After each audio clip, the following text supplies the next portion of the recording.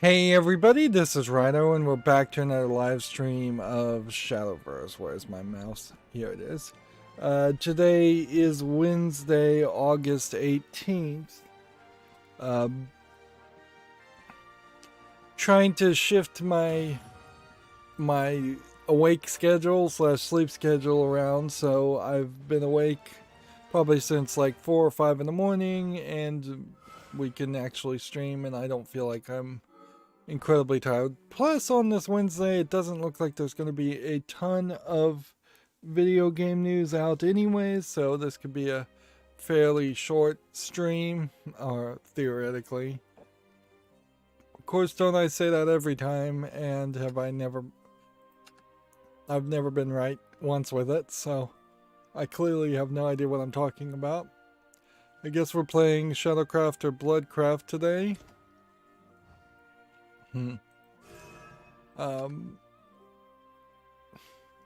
The thing I'd really like to do, certainly, is get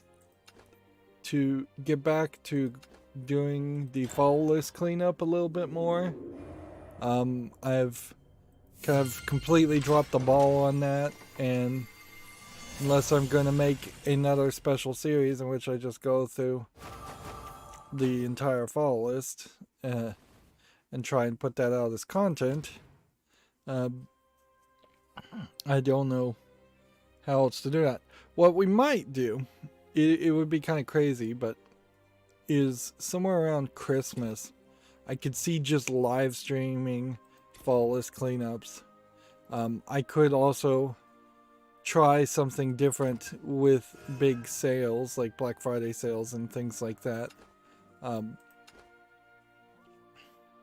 But yeah, and just an extremely long live stream. That might be something to consider too.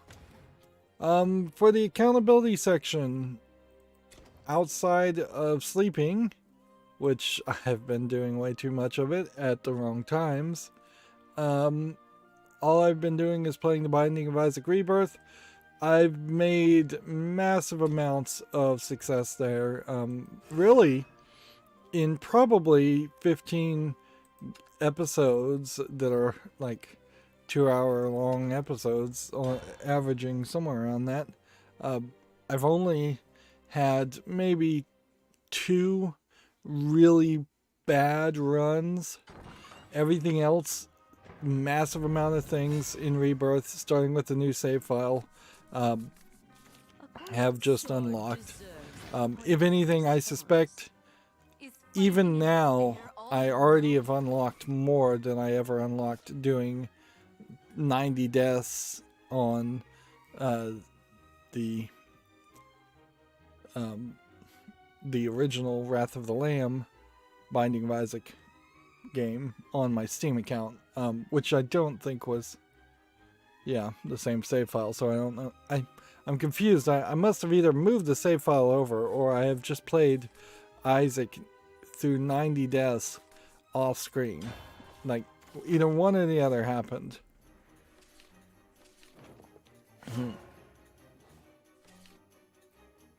Yeah. But yeah, there's really no reason to go back and play the original Binding of Isaac without controller support. So starting over with Rebirth and coming back to it 6, 7, maybe 8, 9, 10 years later is the right way, but it really does feel like you're just getting back on the horse, or I keep saying that phrase as that's the wrong phrase. Getting back on the horse means doing cocaine. I mean getting back on the bike. It's very much like getting back on a bike.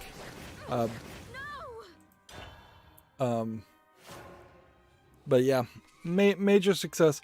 Although I am getting to the point where I'm starting to wedge myself down the path where there's fewer things that you can really unlock. I need to basically play as Magdalene 5-6 times in a row to level up the donation machine to the maximum to level up the store to the maximum. And while I'm doing that, I also need to try and get to the dark place and take on the lamb and see if we can get angel deals to get the keys to take on Mega Satan. Like, at some point I should probably take on a boss rush and see how that really works with Rebirth, if there actually is a boss rush. I've assumed there was one because I've been seeing a clock that's moving, showing how fast you're getting through levels. I've assumed that's a boss rush. Maybe in Rebirth, without the Afterbirth DLC, without Afterbirth Plus, without the Rebirth Repentance DLC, maybe there is no boss rush. I honestly think there's probably only 2 characters left that I could unlock, and they're kind of secret characters that aren't being shown. So I think they can be unlocked just in Rebirth. But yeah, there's 178 secrets in Rebirth without any of the DLC, and I've unlocked about 68 of them. So about the halfway point. And as far as the number of items, it feels like I've found about half of them. Also, once you get to the dark place, you start to get kind of a massive amount of items if you're lucky. And at that point, you can fairly quickly unlock new items, or not even really unlock items as much as collect items. There's just a lot of items that were in the original game that you're not going to get an achievement for getting those original set of basic items. You'll get an achievement for unlocking the for the special things, but there's fewer of those, certainly.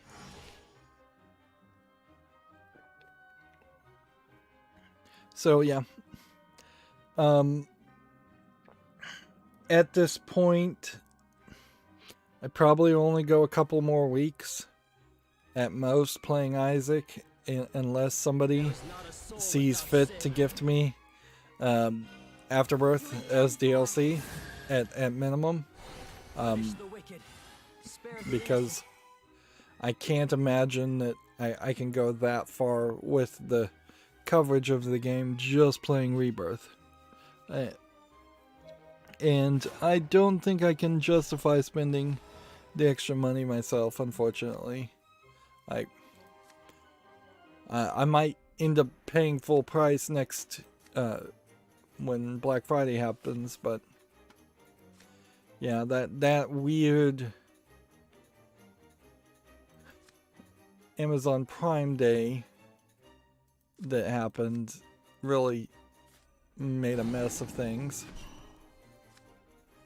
as far as budgets.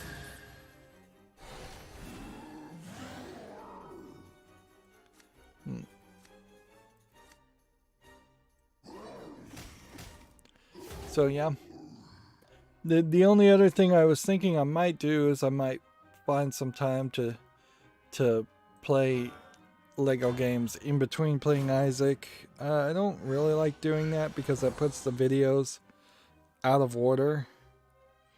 The way they're labeled is chronologically, so it would be kind of a nightmare in a lot of scenarios to try and sort those out into different folders.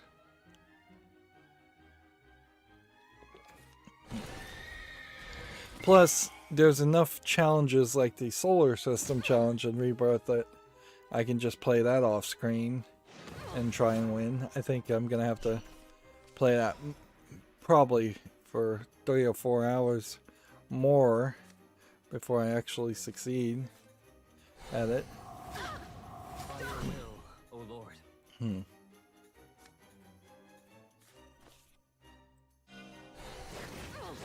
Though I set, I will Let's see. An extension of myself.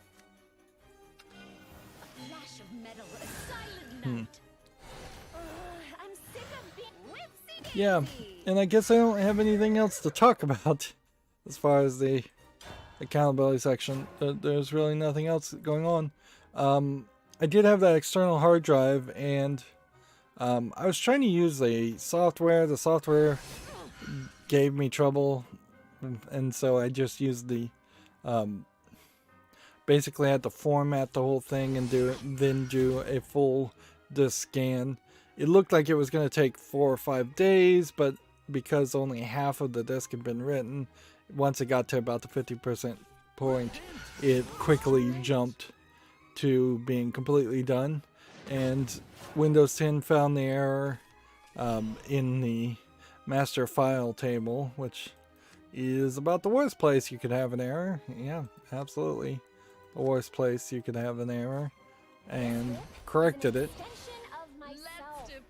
The question certainly comes down to, will I create more errors now that it is formatted as NTFS with compression enabled when I plug it back into my router and try to start using it once again to either use SFTP or SCP to copy files over.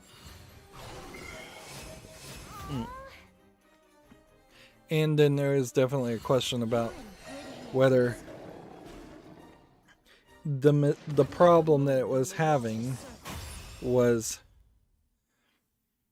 how many files that actually corrupted, and there is a possibility that there's kind of some significant corruption going on.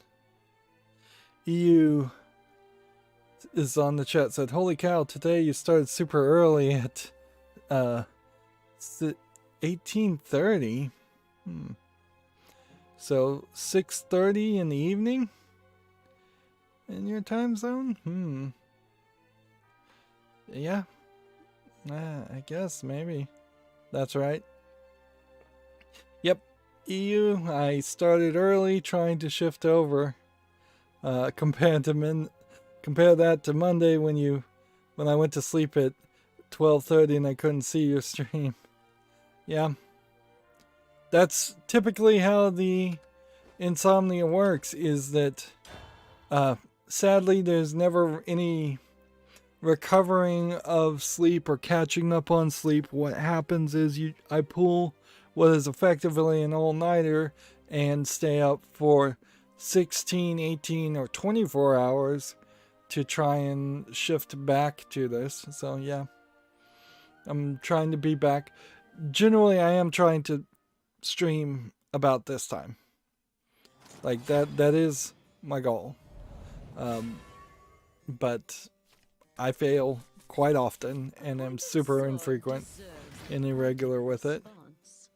Activate, enhance, fire. But yeah, at least I'm fairly consistent with the pre-recorded stuff that airs at the same time. There's weirdness with YouTube though, that if it only puts out like 2 notifications per day on a channel and is very random on what those notifications are. So if you are going to live stream on the day and you have 2 pre-recorded things, you kind of need to live stream before that to send out the notifications. And YouTube barely explains this. They pretty much don't to content creators. But yeah, it's not really a good system. YouTube comes from this perspective that you're supposed to put out like 1 video a day at most, and for some content creators that makes sense. For a lot of content creators it doesn't.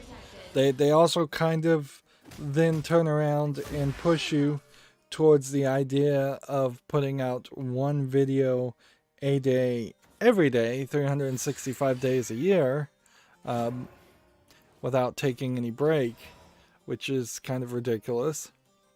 And there are some big YouTubers that can manage to put out more than 1 video a day, but it hurts their channel significantly with the YouTube algorithm. And then people that come from other medias first, like Giant Bomb is a great example with their weekly bombcast. Basically only have to put out one video a week, and then that helps them significantly more than people who are trying to grind every day.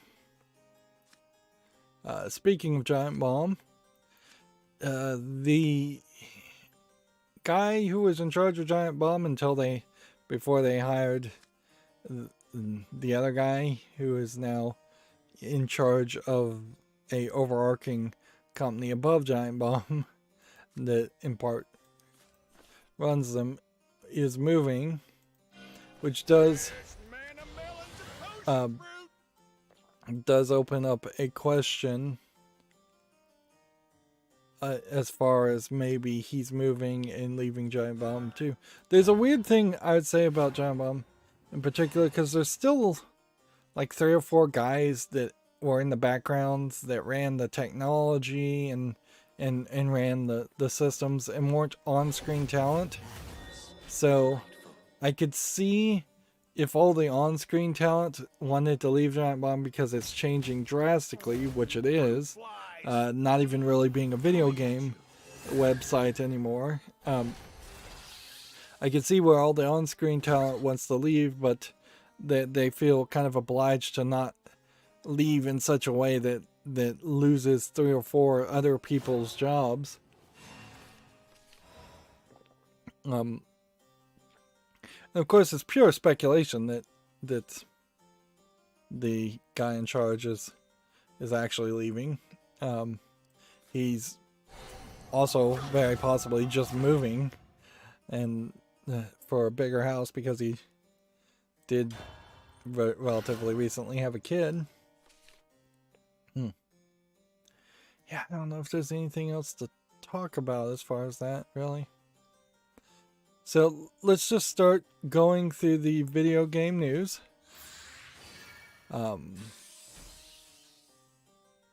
Here we have Open Critic, which I was messing with the scroll bars, so I might have messed this up. Oh, well, maybe not. The long-awaited game, 12 Minutes, is out now. Reviews are out for it, and it seems to be getting about a 78 out of 100. 12 Minutes is something that was shown, like, I think nearly 4 years ago, where you're in this time loop over and over again, and you're trying to stop your wife from getting murdered, I think, and figure out what's going on. The concept is interesting, but honestly, I don't know if the concept works as a video game as much as it would have worked better as a play or a TV show or TV or a movie, like, because clearly this is such a heavily narrative idea that you're not just gonna you're going to have this positive or negative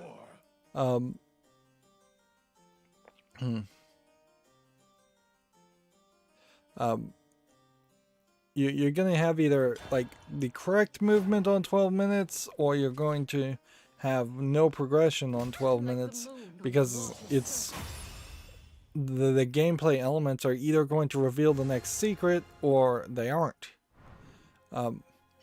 Whereas if you had made it a movie, the idea of reliving the same 12 minutes over and over again, well, basically that's just Memento, the movie Memento being recontextualized and not going backwards.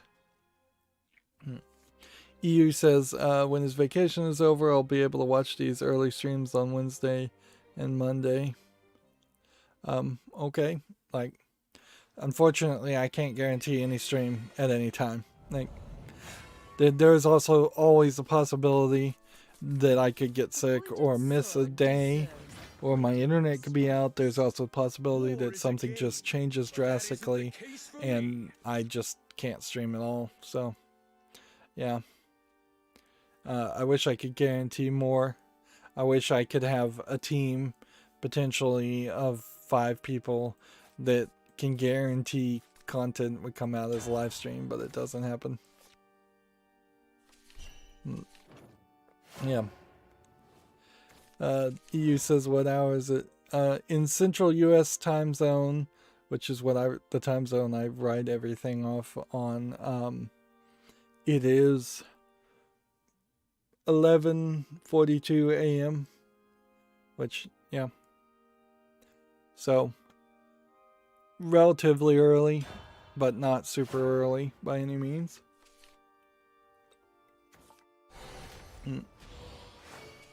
But also specifically to me, time means very little. It means very little to me when you run your own schedule, when you can have that luxury, when you have insomnia, when you have blackout curtains that don't show you the outside. Like there have been plenty of times where I've woken up and looked at the clock and not known if it was 6 a.m. or 6 p.m. It just doesn't mean anything at all. And it's an interesting way to live, certainly, not caring about time. There is, of course, when you have to deal with other people, a major obsession and need to focus on everybody being at the same time. But yeah, I always found it slightly irritating. Well, I even now find it slightly irritating when there are shops that are not open, or businesses that aren't open just because 90% of the people would be asleep at that time. I wish there was more places like New York where it's a city that just kind of never sleeps. And I imagine we will potentially see more of that happen as the climate gets warmer and as there are more people.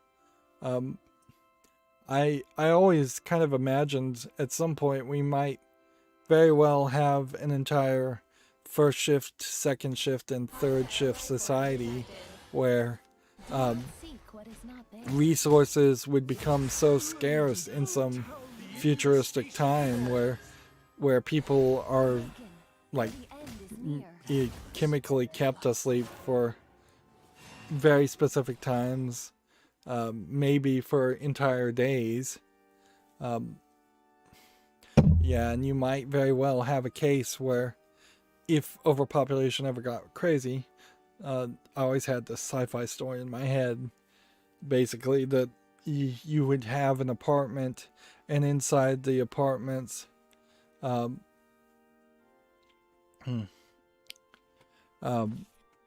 living inside the apartment might be a cryogenically frozen person that you just share that apartment with, and on half the days that person is frozen asleep, and half the days the other person, you are frozen asleep, and you just share resources that way.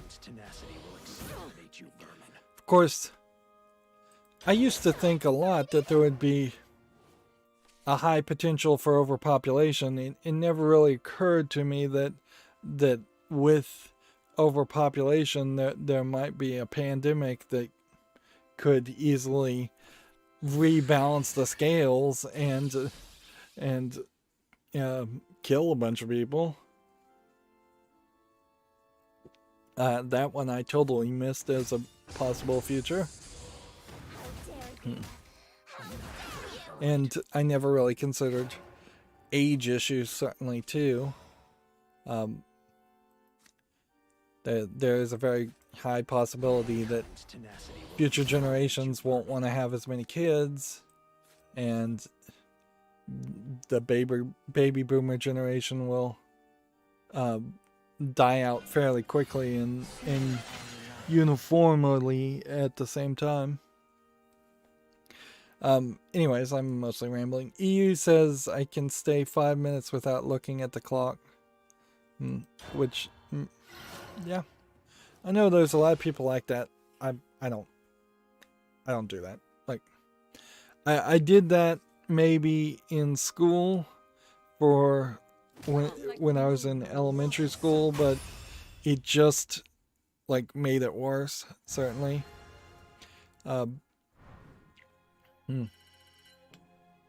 Now, of course, I can't, in all fairness, I can't go 5 minutes myself without looking at my cell phone, usually. So, I've traded a clock for a much more interesting,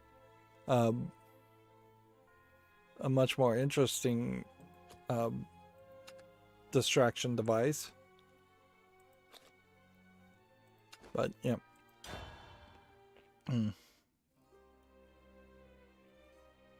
But yeah.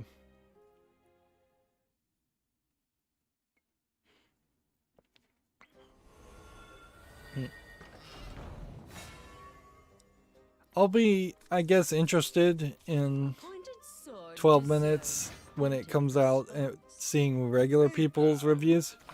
Open Critic is giving it a strong rating. I would say it seems like it's getting pretty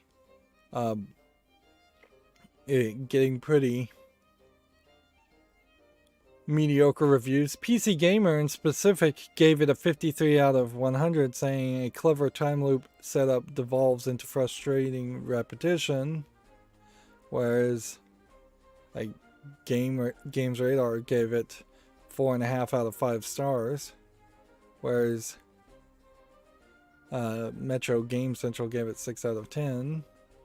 IGN gave it 8 out of 10. So, yep. That's what I would think too, is that the idea of a time loop really would just boil down to frustration, or it would feel so incredibly simplistic that it happens no matter how well you play or not. I think there is a slight comparison to be made. I don't think I played that right at all. To Binding of Isaac Rebirth. When you first play Binding of Isaac Rebirth, it doesn't really explain anything. It never really explains anything to you. So you might really think that the first boss you beat is the only boss. You might very easily play Rebirth not knowing what it is at all and think you've just won the game and then never play it again. Whereas the truth of it is you kind of have to beat one boss like 5 times, then you have to beat the next boss like 10 times, and it just never tells you that. It all hides it behind secrets. Of course, if you know anything about Isaac, then you would know those secrets, or at least enough to know that you should keep playing. But in comparison, if I had played Rogue Legacy and beaten the game on the first run, somehow just gotten incredibly lucky and beaten the entire game on the first run, I would have never tried to play Rogue Legacy again. And even after having unlocked probably half of all of the content in Rebirth, there's still a situation where I kind of don't know exactly what to do. I kind of don't know exactly how things work. I don't know 100% what content is in the Afterbirth DLC and the Afterbirth Plus DLC and the Repentance DLC. I'm seeing definitely a lot of YouTubers play Repentance, the latest DLC. So, like, I know there's some big changes there. So it's kind of hard to go back and play something that's older and has less content.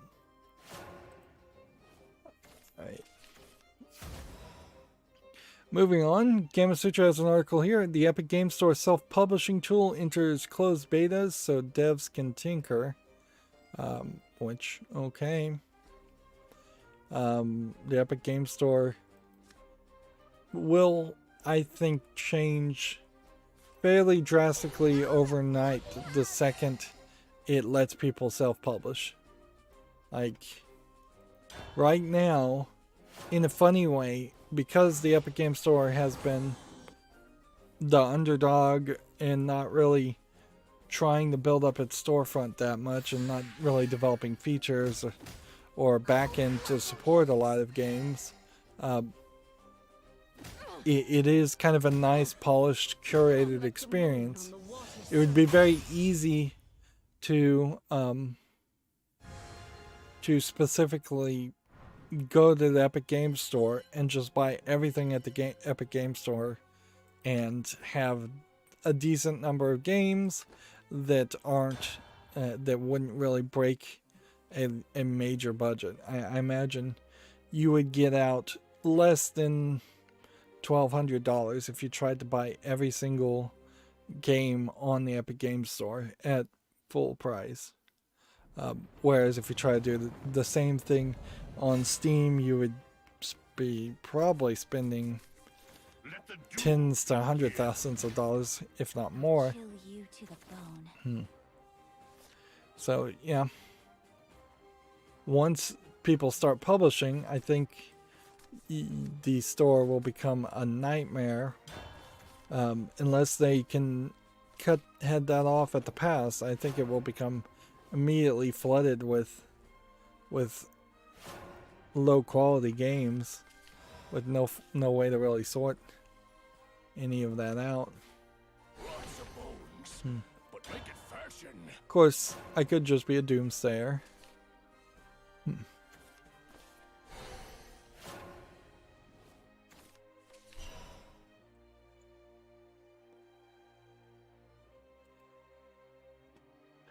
I wanted to show off this independent website here called ProtonDB.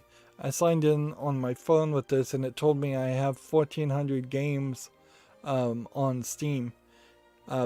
What Proton is the Linux compatibility layer to get a significant number of Windows only games to run on Linux. It is what the Steam Deck uses. But don't confuse Proton, which is Valve software, with ProtonDB, which is its own independent effort. But what it does tell is of what they consider their top 10 games, 30% of them natively run on Linux. So, Counter-Strike Global Offensive, Dota, and Team Fortress 2. 20% of them are gold, which means they run with mostly no problems, whereas platinum means nobody's complained or filed a report at all. And this is all user submitted database. Actually, we should just look at the rating definitions directly. Platinum runs perfectly out of the box. Gold runs perfectly after tweaks. Silver runs with minor issues but generally is playable. Bronze runs but often crashes or has issues preventing playing comfortably. And Borked is either won't start or is crucially unplayable. So, yeah, for the top 10 games, the ones that are Borked are PUBG, Apex Legends, and Rainbow Six Siege.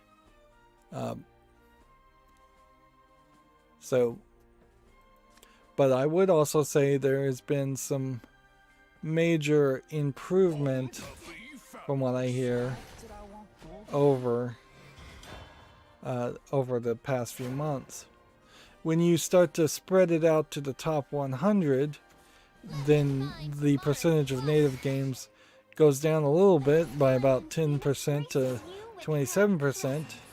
Then you have Platinum at 15% of the games, gold at 51%, silver at 60%. So, and then the way this whole thing works is this color coding is bad. But so the main thing to see here is overall games that just totally don't work in the top 100 is a much fewer percentage. Same is true for the top 1,000.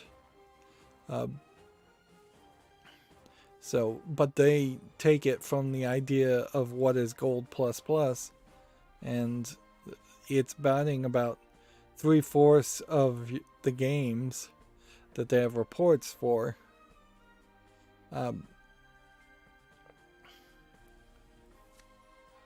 See.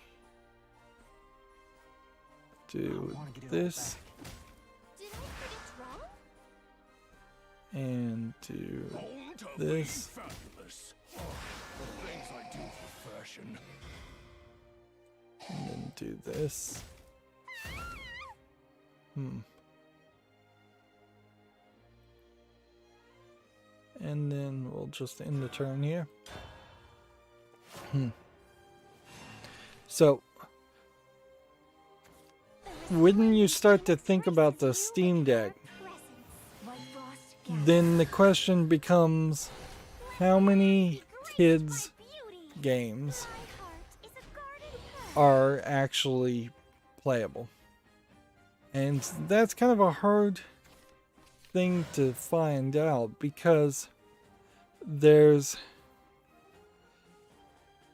no list here to really find. You can see the recently improved, and like Pinball FX3 being recently improved, and several other big ticket games, which I assume this would be the thing to keep an eye on just once a month or so, is figure out, can the AAA top games, are they getting improved? Are they better playable now? The resplendent phoenix graces you with her presence. Let's see. Where is a guarded pearl?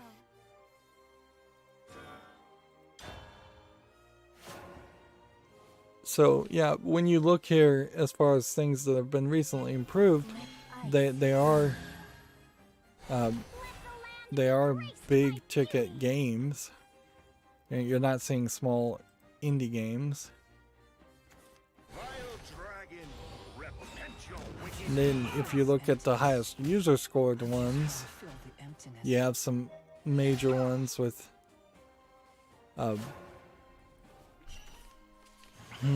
Sinrin Bonka. I don't recognize that game. Hat in Time kind of is a kid's game, but nothing here. Nothing else. Yeah, you would have a hard time trying to figure out what games you specifically would want on the Steam Deck in particular. There's clearly a decent number of games here that people would like to see worked on. But if you were going to compare the Steam Deck to Switch, the only thing I could think is type in Lego and look at all the Lego games.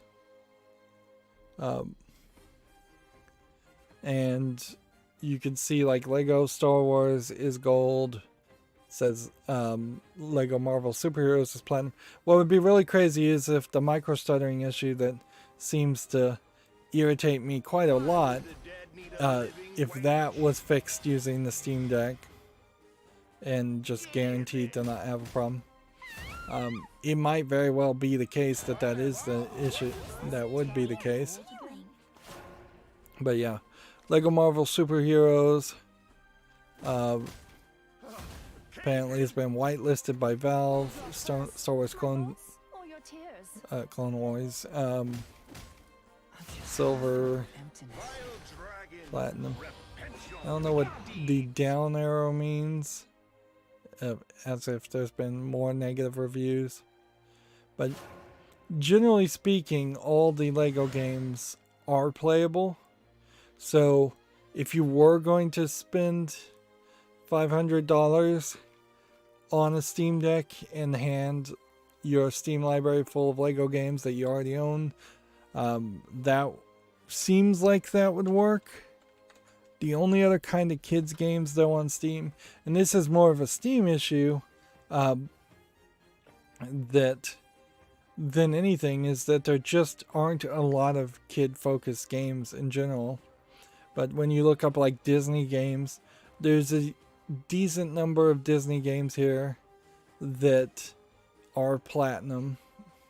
Of course, Disney Infinity is not playable, I don't think, anymore, really. So yeah, I could see that working. Some of these have not been reviewed enough on the Proton DB. But that is about all I could think, is find the Disney games, find the Lego games, and that's about it. Like Monkey Island and Star Wars games also not really kid friendly, but they also seem to play fairly well.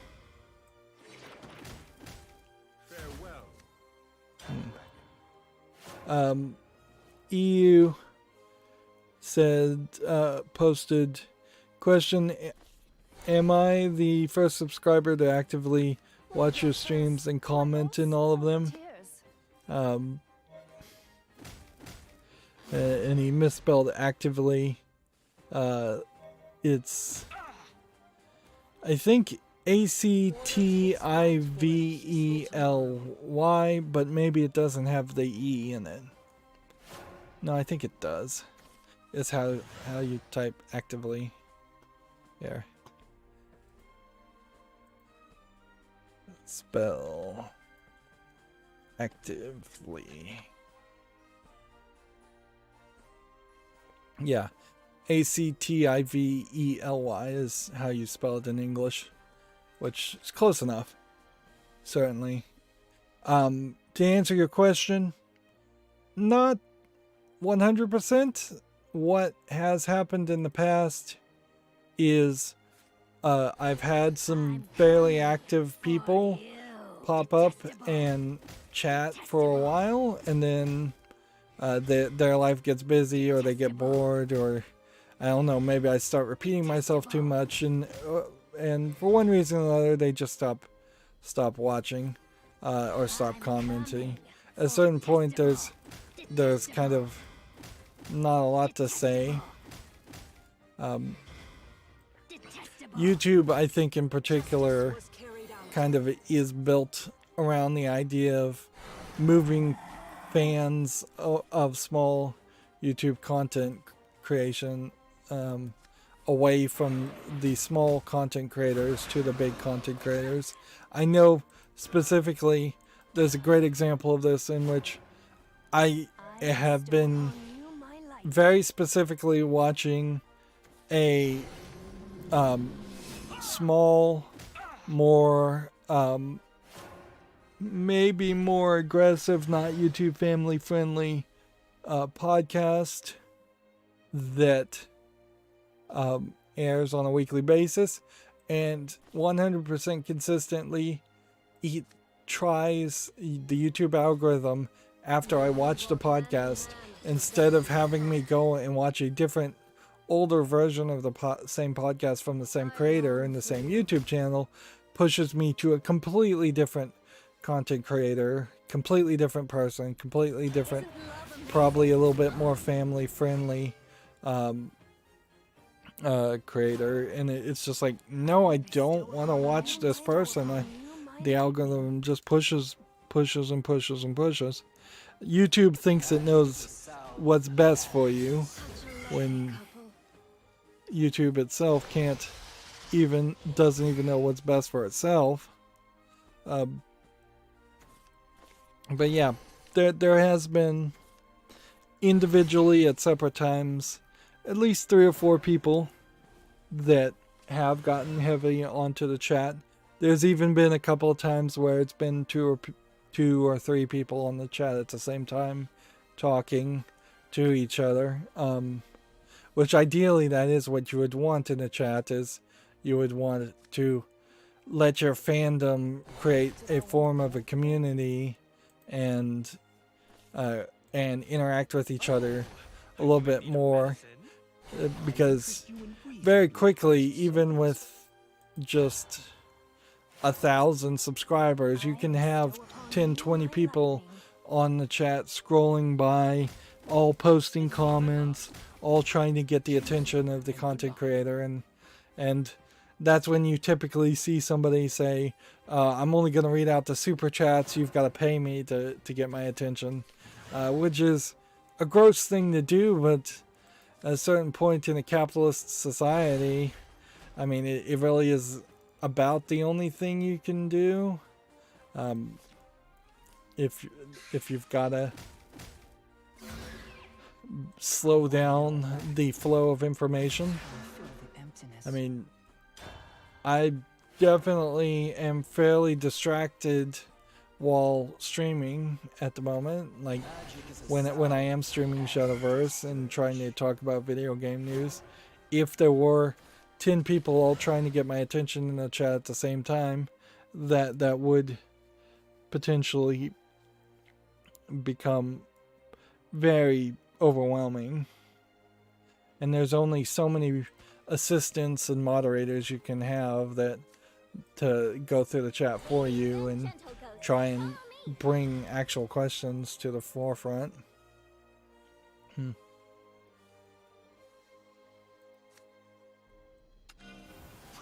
yourself.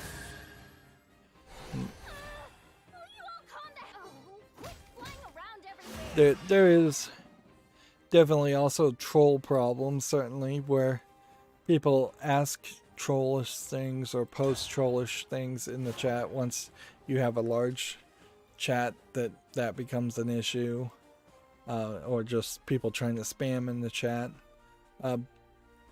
There also definitely are cases where people just ask the same thing over and over again, different people asking the exact same question.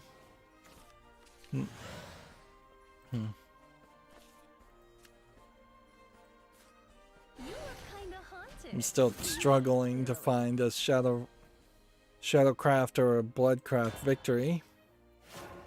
Alright, let's get back to the video game news.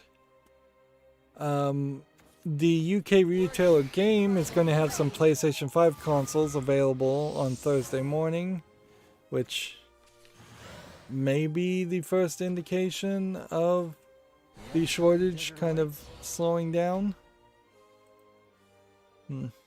I definitely appreciate people coming into the chat and commenting, and I definitely try my best to engage. But yeah, there's definitely a point I could see. Like, ideally, what I would like to have happen with my channel is to magically find 500 people willing to subscribe to my channel and have at least 100 of those people actually watch the videos, so the watch time gets loaded up. Excuse me while I'm pouring water into my glass. I have a big jug and then a small glass full of water because I go through water incredibly fast.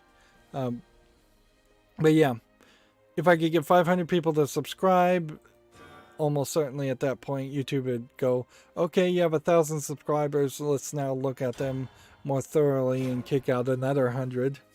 But if my channel could gain momentum so it got to 1,000 subscribers and kind of consistently was gaining enough to counter just the people that have dead accounts or are not watching, that would be where I'd like it to be. I'd like to be able to get a little bit of ad revenue, so that I could get maybe $400 a month. That would be nice. Not realistic, really. In reality, I need about $3,000 a month to pay for all the bills that I'm currently not paying for because through YouTube. But yeah, if I could gain momentum and even get to that point, that's about as big as my YouTube channel. I would be happy with it just staying there and staying consistent. In fact, I would be much happier consistently getting a living wage every month than getting 1 million subscribers and getting a massive payout in 1 month and then being forgotten quickly after that.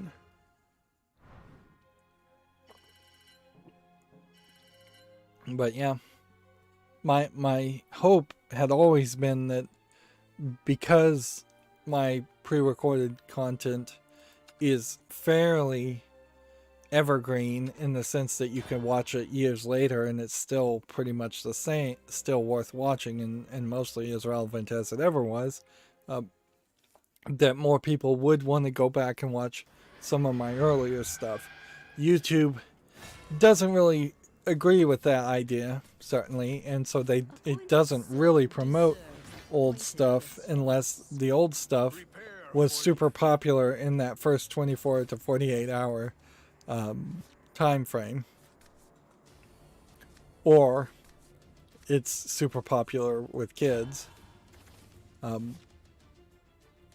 So some of my best viewed videos still are like Lego Batman videos because kids, I guess, are getting recommended those videos, even though it's marked not for kids, and honestly it isn't for kids. But yeah.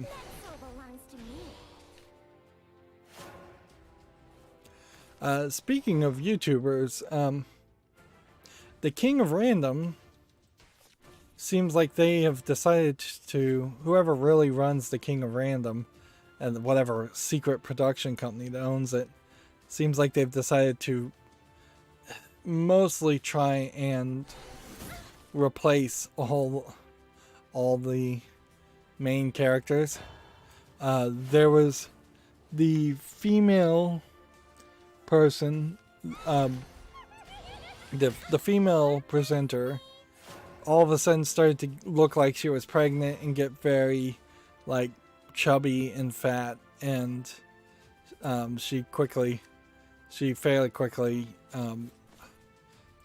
was replaced with a younger, skinnier looking female presenter. And the most recent King of Random seems to have also replaced the male presenter. And both the female and male presenter that are mostly known of the King of Random, as far as that YouTube channel, aren't even the original presenters. The original presenter died, but before he had died, he had already hired his replacements. And I definitely have seen that with YouTube channels, as I go on a bit of a rant here, before. There have been several really, really successful YouTube channels that were secretly getting produced and pushed by production companies, basically. So they had thousands of dollars behind them and entire teams behind them, even if they were pretending to not have that assistance. And then all of a sudden they just do a 180. I wouldn't be surprised if G4, which seemingly is just going to be a YouTube channel and nothing else, I wouldn't be surprised if it in the next 5 to 10 years does a 180 also and gets rid of most of its characters, most of its people, presenters, and most of its content changes. I know Tested.com certainly did that. And Geek and Sundry did that, and I think Nerdist did that.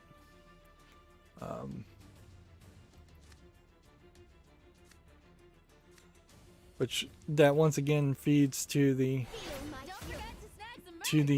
negative flow, I would say, of YouTube content, is that it is constantly being pushed. It's constantly being pushed as promoting only the newest thing, and always wanting something newer and always wanting something changed.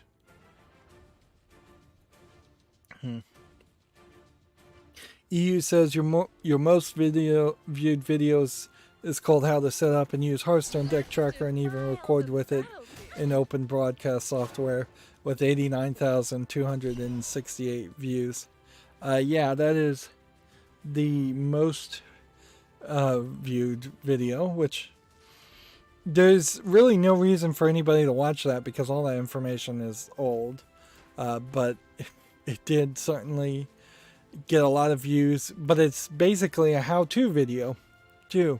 It doesn't really have anything to do with video games. I could make another how-to video like that and show off how I kind of do the whole web peek and show off games and do all of this now if I wanted to, but I don't, specifically because it irritates me quite a bit that is my most viewed video by far. I don't even think the second most viewed video has even 40,000 views. So yeah, from a lot of people's perspective, that makes my channel look like a one-hit wonder. From a lot of people's perspective, it says that my channel is a how-to channel.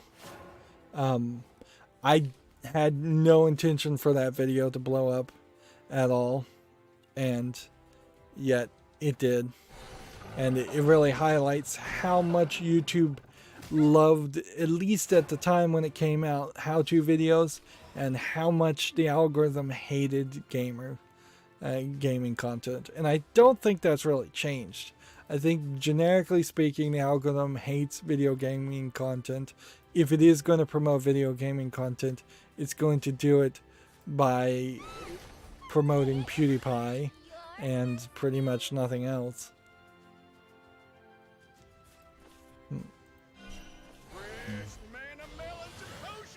But yeah, I don't really have a reason to not allow people to see that video, certainly. So I don't hide it or anything, but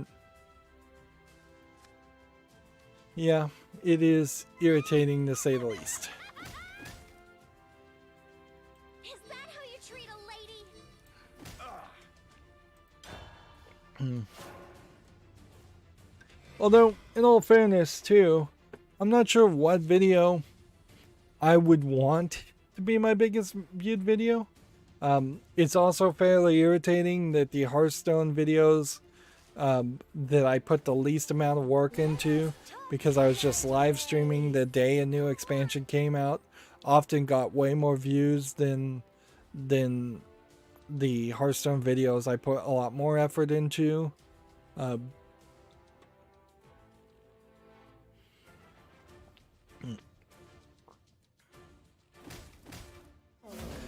If I went back and looked at some of my content,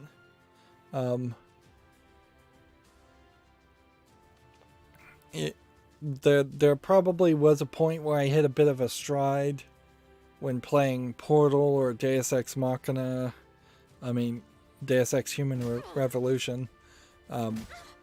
So there might be a point there where I did a decent amount of commentary and was fairly engaged, and so maybe one of those series would be one of the series I would want to promote. But yeah, generally I guess I would just want the newest videos to get the most views. Like I would like to people be fairly caught up. EU says in the comments of that video, there's a person complaining saying the volume was low. Laughing face. Yeah. Well, when that video was made, the volume probably was low, fairly low. Everything has changed drastically. Like, I have a completely different setup, completely different computer since that video was recorded. So yeah, people complaining about the audio being too high in Kerbal Space Program or the audio being too low in the how-to video, that really doesn't mean anything at all. There are also just a lot of people that have kind of weird setups, and so it does sound too low on their TV or their setup.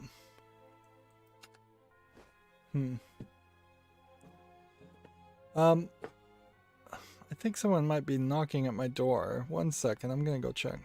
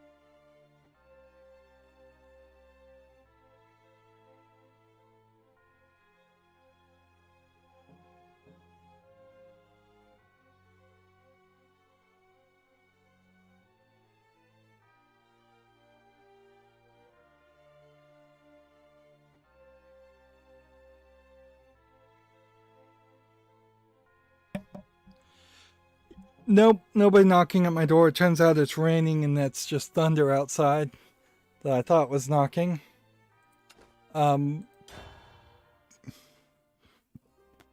Yeah. Audio issues happen, but also if you try to watch any YouTube video on a TV, supposedly YouTube is supposed to normalize that, and it tends to normalize the audio fairly quietly. If you're watching through a YouTube TV app, I don't know how many YouTube TV apps are even really supported these days. I know that my Roku TCL TV has a fairly drastically different settings that you can have as far as changing the digital signal processing on it to make it sound considerably better or worse. Instead of just leaving it normal.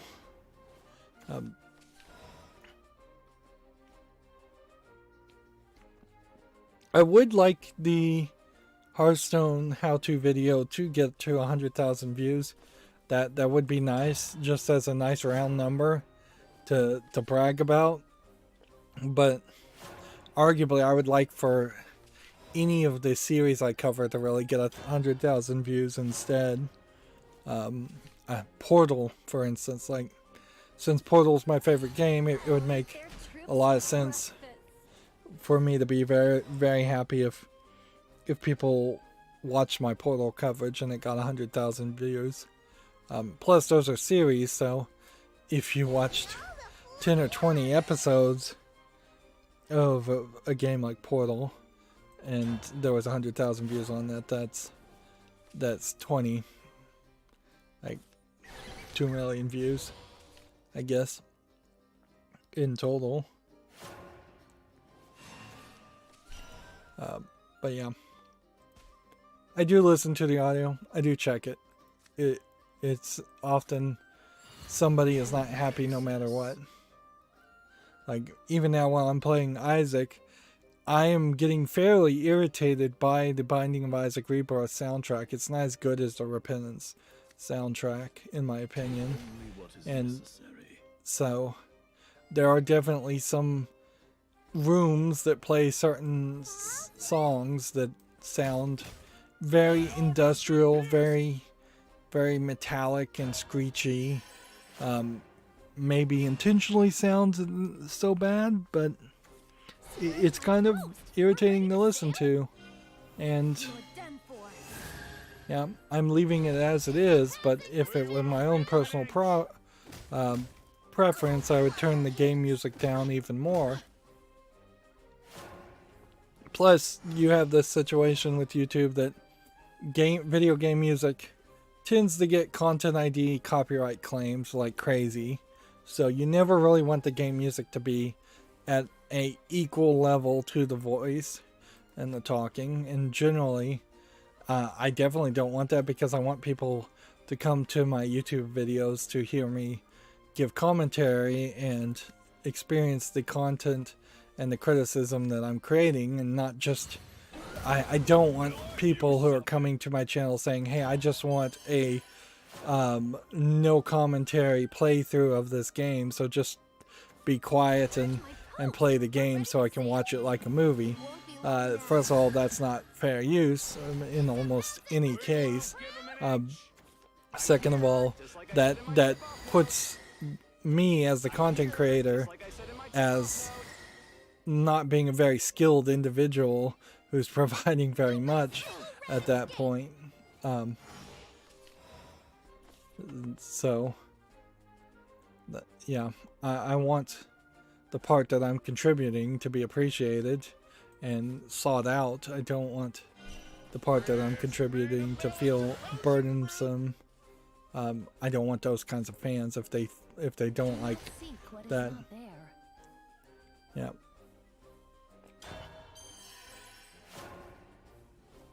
But yeah, even now the game audio, in comparison, it peaks at about negative 30 decibels, where I've got the microphone peaking, according to OBS, at negative 10. So it's considerably quieter. Of course, Shadowverse's audio too is just kind of the same music over and over again, so...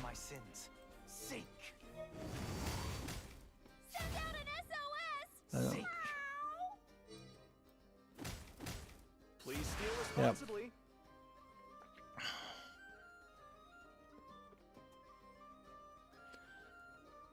Ever since I found out that my ceiling fan was not at its highest speed, I cannot get it to find a happy medium between fast and slow. Fast is too cold, and slow is too hot. But yeah, also raining outside, so that drops the humidity. Anyways, let's get to the video game news. I'll never get anything done quickly if I get distracted. Here we have a game on Steam called Soulbound Steel, which looks like it's a top-down, kind of oddly angled hack and slash game. It's kind of like an isometric, tilted top-down camera angle. Yeah, I don't think there's enough polish here to put this on the fall list. $10.79, English only.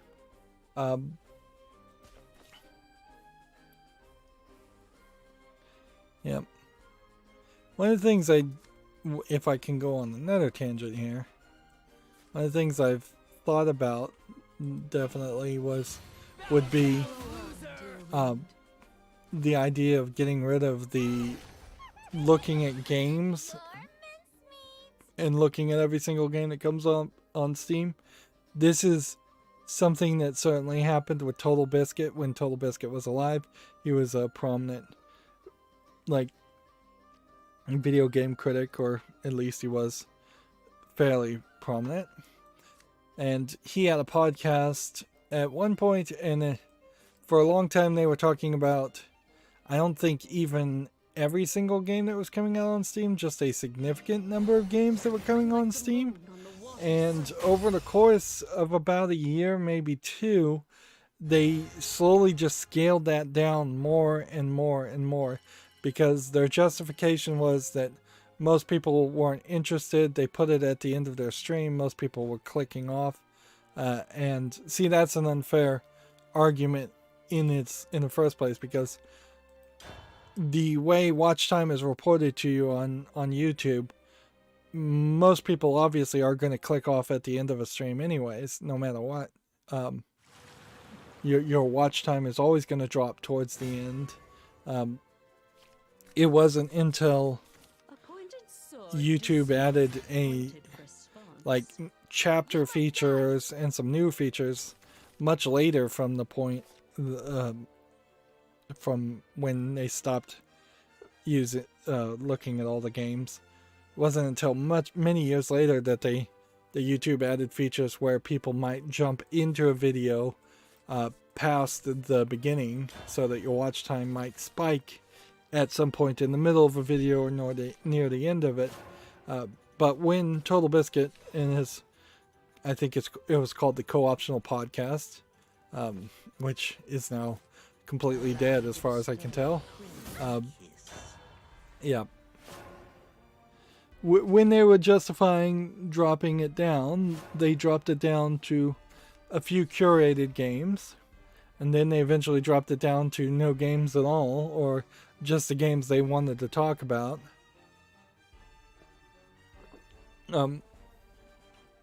One thing I would say is that there isn't enough of an effort amongst video game content creators, journalists, critics, whatever. There just is not enough effort to create unique content, new, different content, something that is a unique value add that can't just be stolen or copied. You certainly see this with reviews and press releases, certainly as far as video games go. One company reports it, Kotaku reports it, and then 20 to 1,000 other low effort video game news sites just repeat it word for word, using Kotaku as the original source. And we see that even with regular news journalism, but it's way, way worse in my opinion as far as video games journalism. So even though I imagine not a ton of people really do appreciate looking at all the games coming out on Steam, I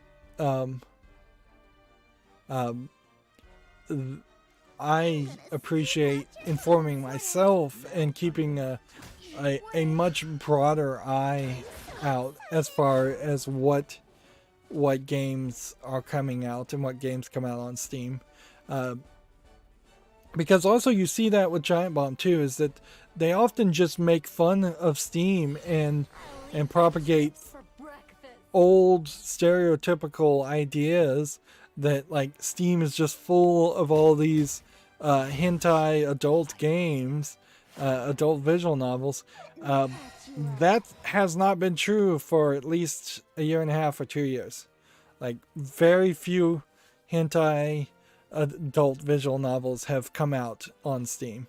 So the fact that they made that, I think Jeff Gersman made that comment 2 weeks ago on the Giant Bombcast, and I need to really quit listening to the Giant Bombcast in general, but yeah, the fact that he made that comment just 2 weeks ago shows that he is not aware of the current state of games on Steam. And that is true, I think, for most of the big video game journalists, is that they are not sticking into the mud and getting the day-to-day play-by-play bits of information by seeing what's coming out and what's available. Instead, a lot of video game journalists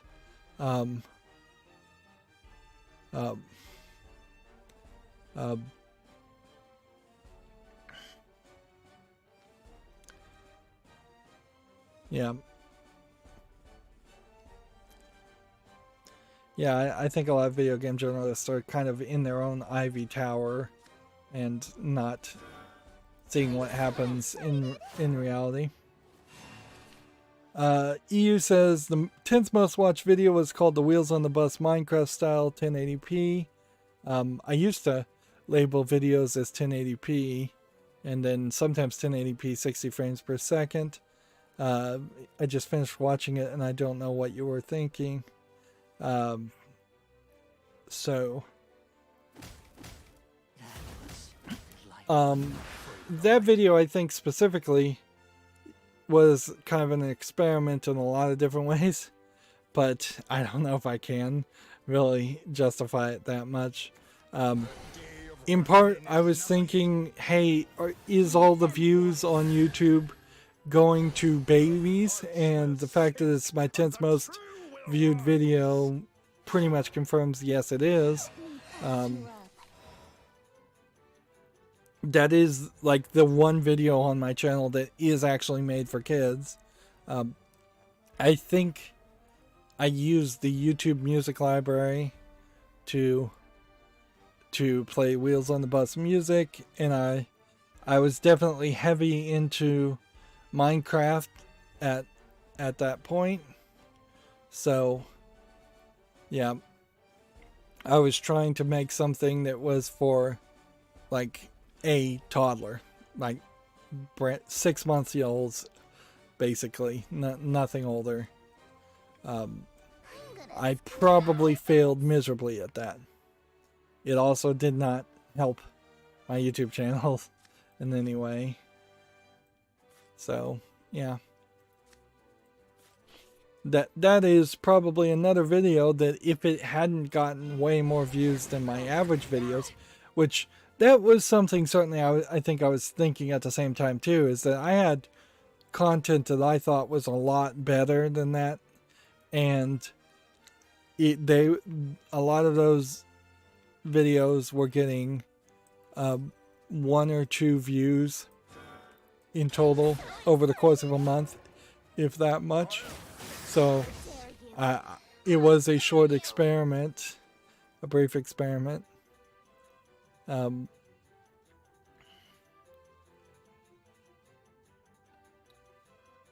haven't seen the Wheels on the Bus Minecraft style in a long time, so I don't know how awful it is, but I do know I spent less than half a day on it.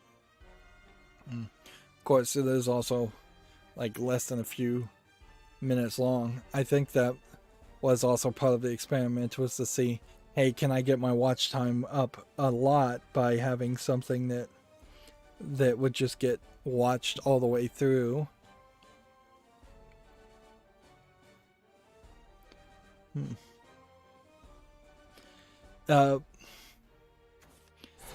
It was obviously a learning experience though, and I think it's always important to point this out, is that, hey, if I hadn't done the Wheels on the Bus Minecraft story, Minecraft style, then I wouldn't have learned to not do the Wheels on the Bus Minecraft style, and I potentially even now could come out with something that was way cheesier.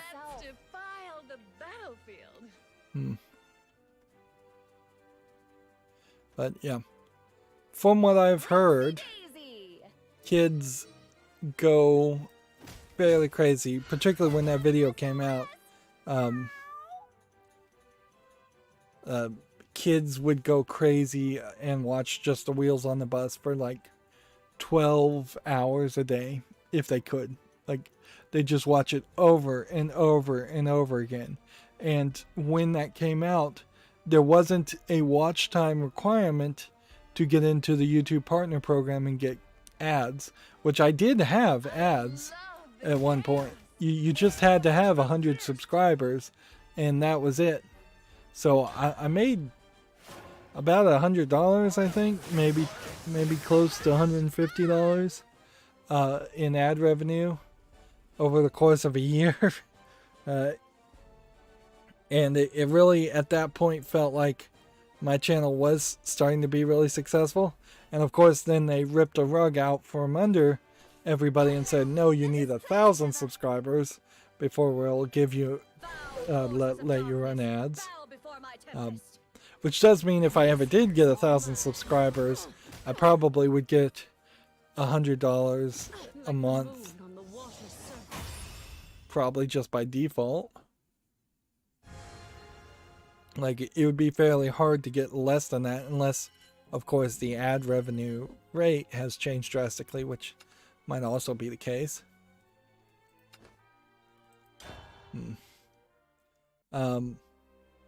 EU says the majority of your most viewed videos are Hearthstone and Lego videos. Yeah, it is a snowball rolling down the mountain situation.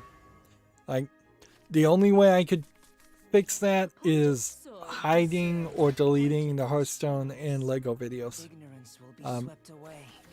Because as long as those videos are there, they are going to be the ones that get recommended the most, and because those are the ones that are going to be recommended the most, those are the ones that are going to get the most views. The best case scenario I could imagine actually happening would be, unless I just somehow magically got really popular,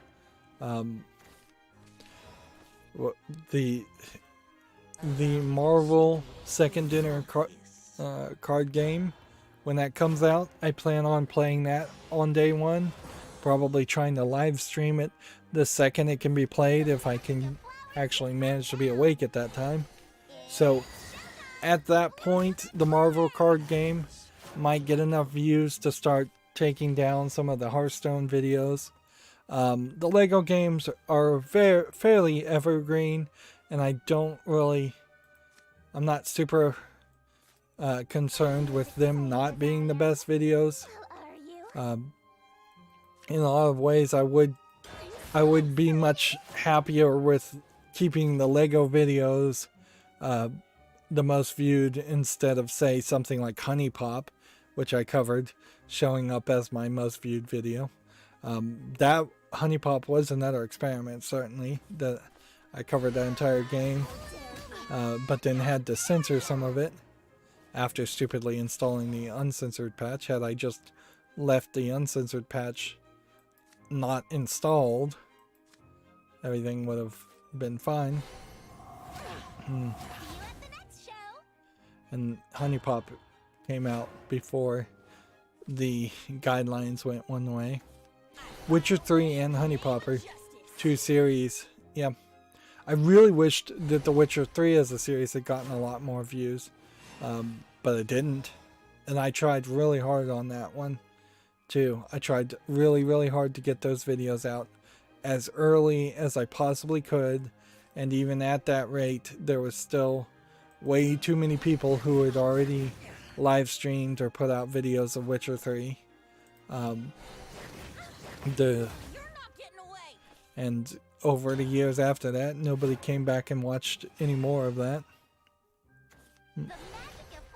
Control is another example of that. Like, there have been several games, and sometimes people make this suggestion is, hey, you should play newer games. That way you get more views. You should just play whatever's trending at the moment. So right now, I imagine somebody would say I should be playing Fortnite or Among Us or maybe even Minecraft still. But yeah, I've tried that multiple times. It doesn't work. It does not work if you're a medium YouTube content creator. It doesn't work if you're a small YouTube content creator. You just become a small fish in a giant ocean, and you don't get any views.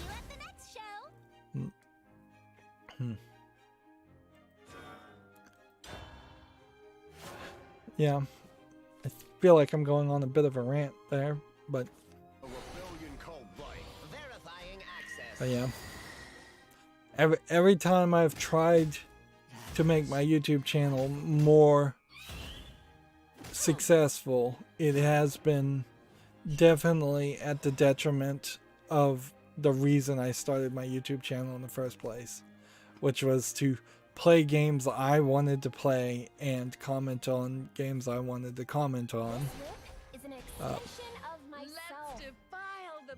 So this channel is, for the most part, 100% all about doing what I want to do. And it would be nice if it paid, but if it doesn't, whatever.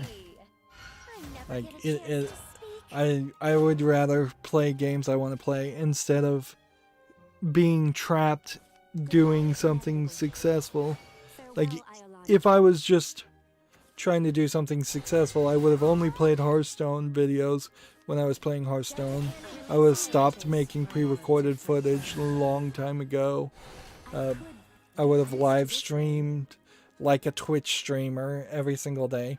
And that's really where what it gets down to is you look at some of those desperate, like, unsuccessful Twitch streamers out there, and either they're doing hot tub streams to get people's attention, or they're just streaming for like 8 hours a day to get maybe 100 views or so.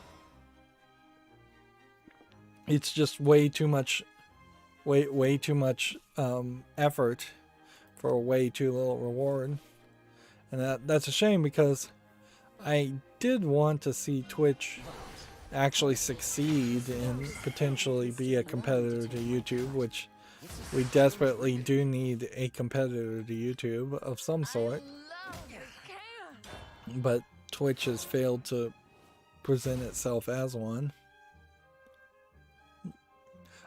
Yeah, I guess The Walking Dead Season 1 is probably a great series too. Like, it would be really nice if people had watched that. And then maybe thought about moving to the other Walking Dead Telltale games. But, like, I feel like I did a decent job on that series also. Moving on, video game news. That's why we're here. Here we have a game called Maker King, which looks like it's a Minecraft clone. Doesn't look terrible, but doesn't look particularly special. Early access, tagged as an MMO with in-app purchases. Third-party account, free to play, bunch of languages. Let's see, a new Ace Combat is in development with ILCA, according to Gamatsu. The game Goodbye Volcano High has been delayed to 2022, and a narrative reboot has been announced. Let's see, what's funny is this game was announced a long time ago, and then no new mentioned. The problem with something called using the phrase narrative reboot certainly is the idea that you've decided to make some major changes to the story that should be fairly locked in.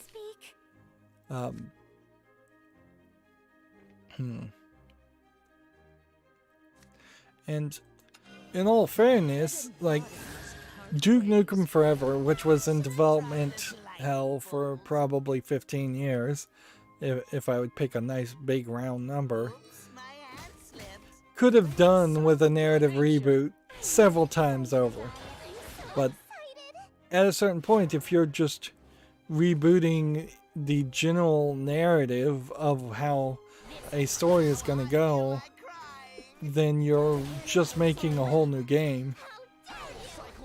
I would warn against something like that, like Yandere Simulator seemingly has done multiple times, where it is just Yandere Simulator as a theoretical game has constantly had more and more content and elements added to the narrative.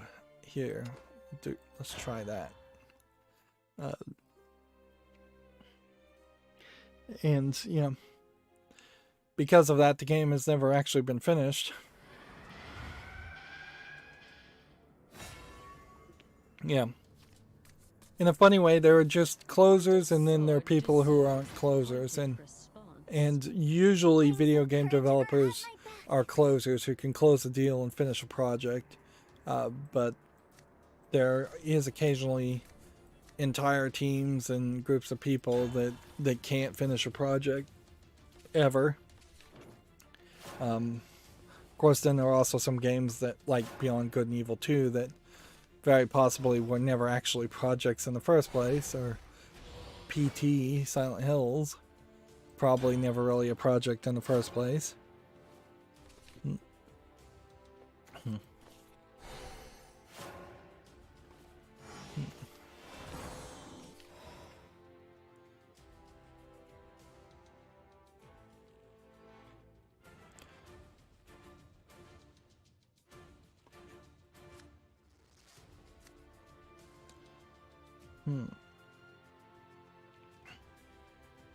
I shouldn't probably be too cruel, however, because in all fairness, there's plenty of projects that I have started and then not finished.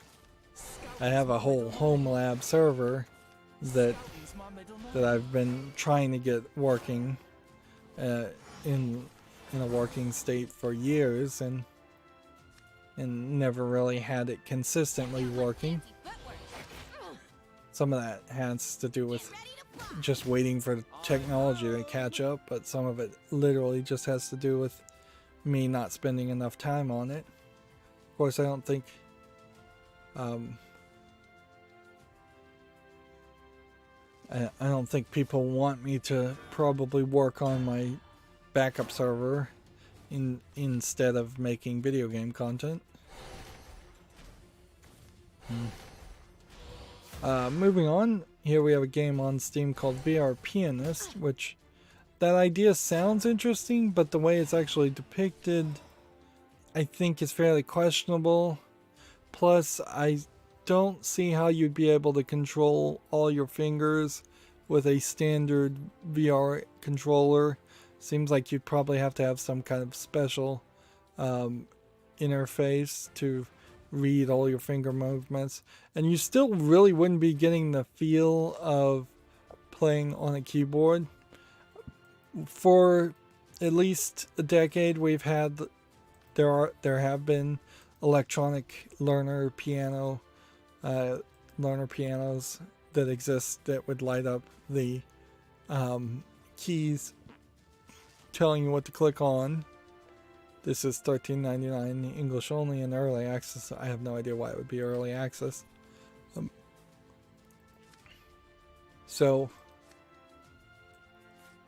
it would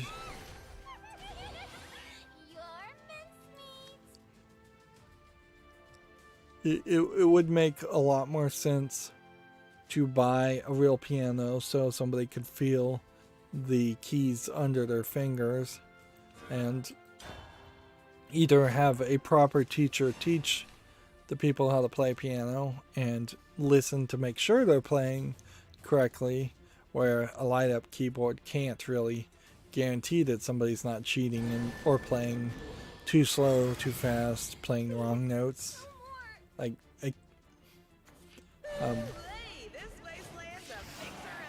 There is also heavily a question as to how many people really need to know how to play a piano.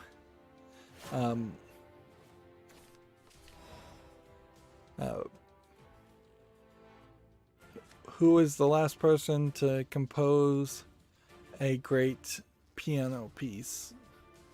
I mean, it's an unfair thing to say, certainly, but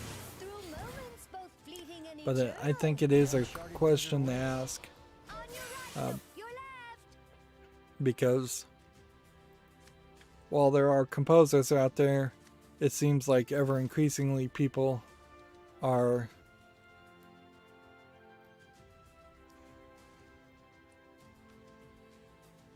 And ever increasingly, people are playing other instruments more often, singing, guitars, drums, like bass guitar. Like very few pianists showing up on the rock and roll tours or the pop music tours. Like the moon on the water's surface. I don't think the piano would ever be a dead instrument, but it is the most bulky, most difficult to move, most expensive to maintain, and difficult to maintain instrument that is prevalent. I'm sure some of the other instruments are also fairly difficult in orchestras. And yeah, unless you can be part of a Broadway orchestra, part of a Broadway plays orchestra in New York, you basically don't have any kind of financial career at all playing an instrument in general. A pointed sword deserves a pointed response. Activate. Enhance. So, and I don't know what you do about that. I think maybe you try to teach more music appreciation in school, since that in the United States in particular has been severely defunded. And maybe you try to teach more people to play instruments, but I don't know. In a lot of ways, I kind of feel like a lot of people get into bands and waste a considerable amount of their life away getting into bands. But heck, what I can't really make that complaint when a lot of people think they're going to be major celebrities playing video games online, or esports players.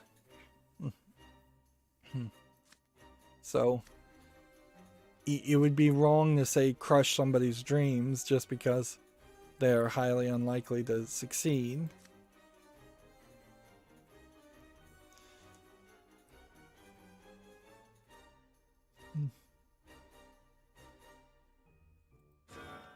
I have no idea how to play this deck at all. Yeah, I wanted this to be a short stream. I'm starting to feel a little sleepy too, so I need to kind of hurry. Video Games Chronicle has an article here. A new emulator lets Xbox Series X and S play PlayStation games at 4K. So this is a Xbox port of DuckStation. Features an internal resolution scaling to native 4K. Of course, I assume you have to hack your Series X and S to get that to work. And it's, I think, important to mention that this is PlayStation 1 emulator. So, not PlayStation 2 or PlayStation 3. And there's, I think, a fairly large difference between the collection of PlayStation 1 versus PlayStation 2 games. And since I never played PlayStation games in the first place, I don't think there's anything I have any real interest in that would be a PlayStation 1 game. A lot of PlayStation 1 and PlayStation 2 games are heavily Japanese focused games. So a lot of JRPGs, lots of things like that.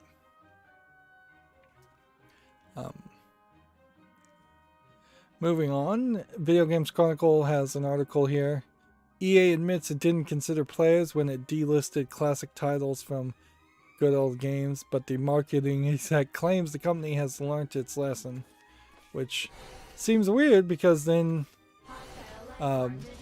you would relist it, wouldn't you? So Ultima Underworld, Ultima Underworld 2, Syndicate Plus, and Syndicate Wars were all delisted from Good Old Games Marketplace on June 28th. All were added back to the site in early August and currently are available for free until September 3rd. Well, I guess that is probably about as good a make good as you could expect. If anything, that may have been intentional marketing on their part to shortly remove a game and then relist it. Of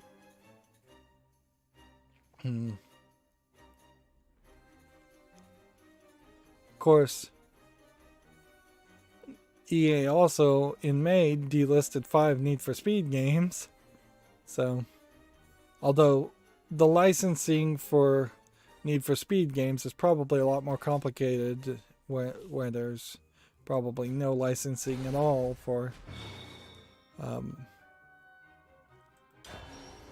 You have summoned the blade of for purgation here. Ultimate games or Syndicate games.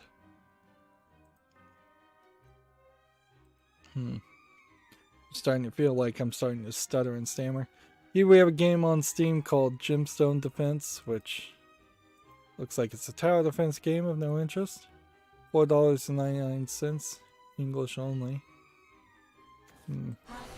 Here we have a game called New Meaning. I think we already had talked about this one. Coming at you. This is a free visual novel, so check it out if you're interested. Here we have a game called Joy Spring, which looks like a platforming game.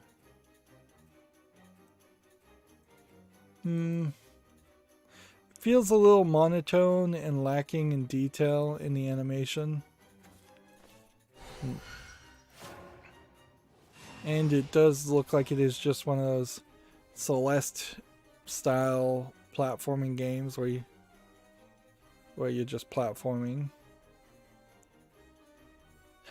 Let's see, it's free, so I guess the price is right, English only. I turned on smooth scrolling and I'm potentially regretting that now, because this feels like it is smoothly scrolling too fast. So, like I have a smooth scrolling plugin that I had adjusted one way, but then I disabled the Chrome smooth scrolling, and maybe I shouldn't have done that. Did someone call for a genius? Did someone call for a genius? Move it or lose it. Move it or lose it.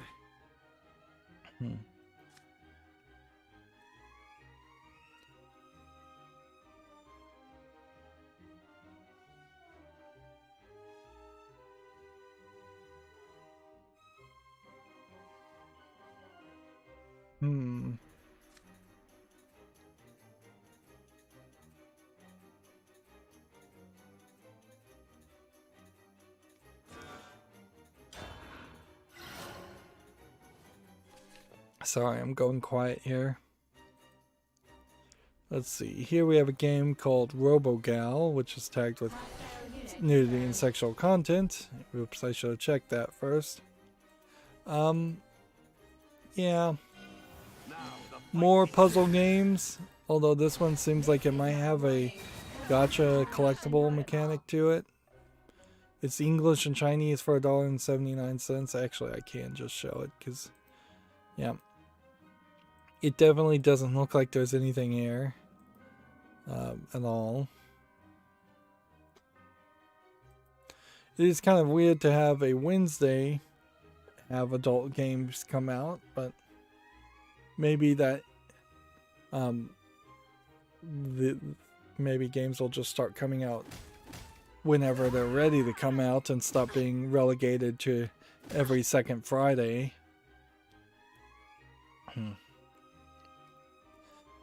Here we have a game called Nikhil Murty's Civilization, which that sounds like a joke game. It looks like it's just a kind of low effort 4X game, maybe a clone of Civilization. $13.49. Nothing there interests me. Let's come over and play. Let's see. Let's do this. And then this. And then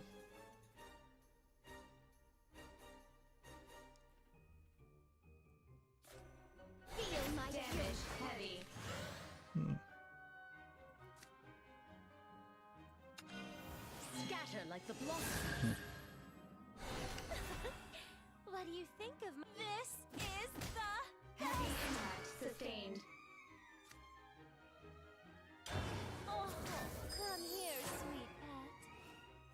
Let's see. Next, we have a game called Cave Girl Adventures. Yeah, I can tell that I'm just starting to get sleepy. Like the moon. I kind of like this art style, particularly in the fluid motion of it. I don't know if there's a full game here, or if it's just going to be a very simplistic platformer. $17.99 seems fairly expensive. English full audio.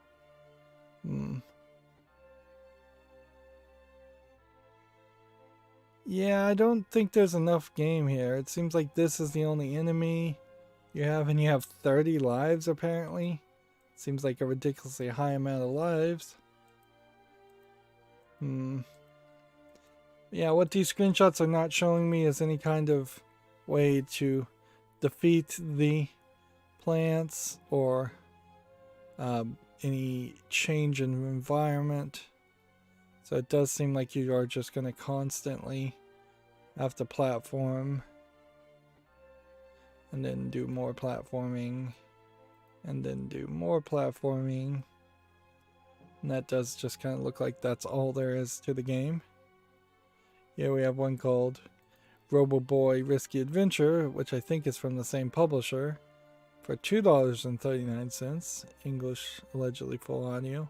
And even in this case, this definitely looks like more of a game. Although it still does just look like a kind of simplistic precision platformer.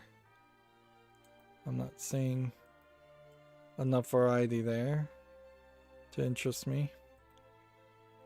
And same publisher again has a game called Slime Killer. So he's just flooding Steam with games at random prices. $3.59, English only. Allegedly full audio. And then here we have Operation Rescue Bunnies, which looks like it's probably a Chinese first-person shooter asset flip game.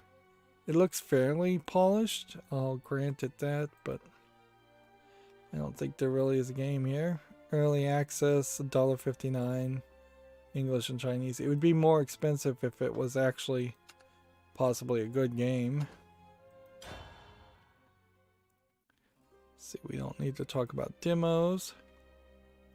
Here we have a game called Save Iron Globe, which is a side-scroll shooter game. Looks fine, just not my style of game. I like the thumbnail here, but I would say most shooter games, side-scroll shooters, tend to have good thumbnails for generic gameplay. This is $1.39, English and Russian. Here we have a game that's all in Asian characters. The wings of courage are Looks to me like it is a mobile Chinese game that's been ported to Steam. They're calling it a roguelite. Early access, $5.99. Japanese full audio, Chinese otherwise. So it might very well be a Japanese game instead. You can definitely tell from like this screenshot though that it is a mobile phone game, and just ridiculous amounts of stuff all over that main screen. Here we have a game called Sphere Arena, which looks like an asset flip physics game. If this was visually polished more, I might be more interested in it. Doesn't look like a terrible idea to race balls. At a certain point you're making a game like Marble Madness in 3D, which is not a terrible thought, although Marble Madness as a game itself never really played quite right. $8.09, English only, is a little too expensive too. Maybe Marble Madness worked when you were playing with the roller trackball in the arcade, but every time it was ported to a console it didn't work. Here we have a game called Mike the Cat, which is obviously just a low effort Flappy Bird clone from the looks of it, or combination of several different Infinite Runner style games. 99 cents, English, allegedly full audio. Here we have a game called Rookie Bowman, which looks like another frustration platforming game. Yeah.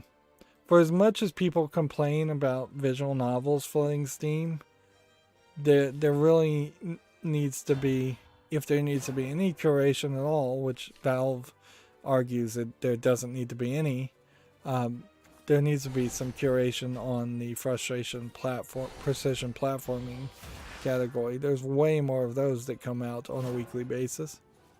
Ricky Bowman is 84 cents English. Here we have a game called Conquest of Elysium, which looks like a strategy game of no interest.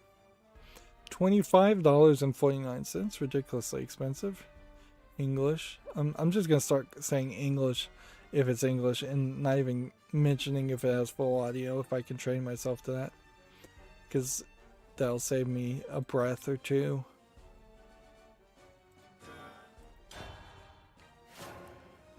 Let's see. Video Games Chronicle says, in Assassin's Creed Valhalla, save file issue is being investigated. Ubisoft has acknowledged some PS4 and PS5 players who are unable to save their progress.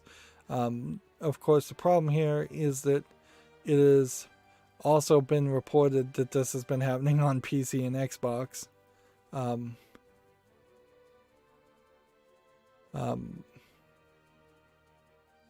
So, yeah. I don't recall there being really any kind of bug or error with Assassin's Creed Origin, or as far as save files, at least, or playability. There were some visual glitches, definitely, when you get back to like Assassin's Creed Syndicate. Video Games Chronicle has an article here. Sea of Thieves has attracted 4.8 million players in a record month. Rare claims. It's kind of ridiculous that Rare, makers of Killer Instinct, are still wasting all the time on Sea of Thieves, but I wouldn't be surprised if they are just all on board with that idea. Also, very possible that the people that work at Microsoft-owned Rare now are not the same people who worked on something like Killer Instinct. Here we have a game on Steam called Octoquest, which looks like a NES style clone game. Looks awful. It's free, so I guess the price is right. English. Here we have a game called Awesome Puzzle, which looks like a super easy kids puzzle game for $4.79, and once again English only. Here we have a game called Humankind, which looks like a much more visually polished turn-based strategy game. This is being published by Sega. It's rated mostly positive. It is going for $50 and $60. It says it has English full audio. I actually believe that in this case. I think you have to put this one on the poll list. There's way too many positive reviews. Now, the only reason why I'm not putting it on the wish list right now is I just need to decide whether I really would want to play this kind of game in the first place. Because there's a decent chance I just would never want to play that. Pain and suffering are what I live for. And it definitely would be a question as far as whether or not you'd want to play Humankind versus playing the most recent Civilization. Here we have a game called WAV OCS game, which this looks like a very low effort game. $2.69 English. Here we have a game called Greek Memories of Azure, which actually does look polished. And this is from the publisher Team 17. So I think I have to put it on the follow list. $17.99. Whole bunch of languages, English full audio.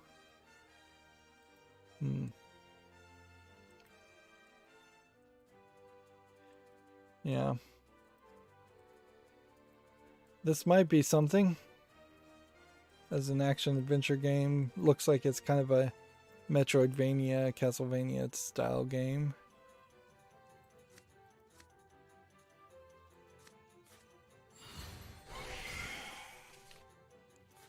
Check out my fancy footwork. Check out my fancy footwork. Get ready to fly. I wasn't good enough. Get ready to fly. Farewell. Man, I just cannot get a victory here. You know what? I should stop playing ranked. That's what I should stop doing. I should just go over and see if I can get victories in unranked. Like, I've dropped severely down. I was all the way up here. And trying to get Shadowcraft, Bloodcraft victories has knocked me down horribly. You know what? Why don't we play Unlimited too? While we're at it. Might as well.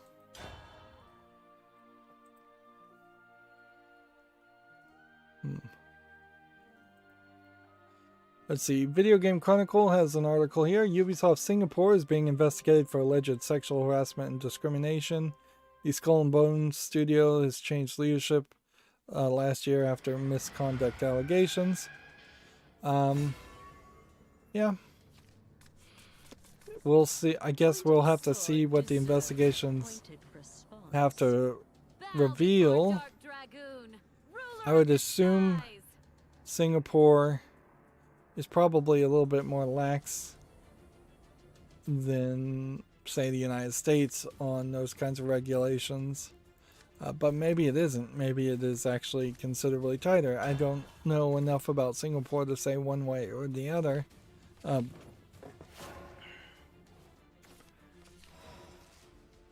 But yeah.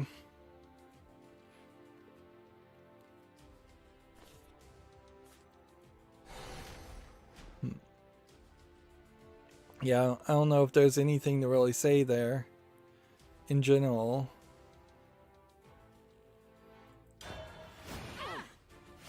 Until the actual investigation happens and something comes out of it. Designs are like unhatched dragon eggs. Video Game Chronicles has an article. Cyberpunk's 2077's first free DLC has been revealed. It includes new jackets, a new car, and a new Johnny Silverhand alternate appearance. Which I think Johnny Silverhand alternate appearance might mean a reskin of the main character.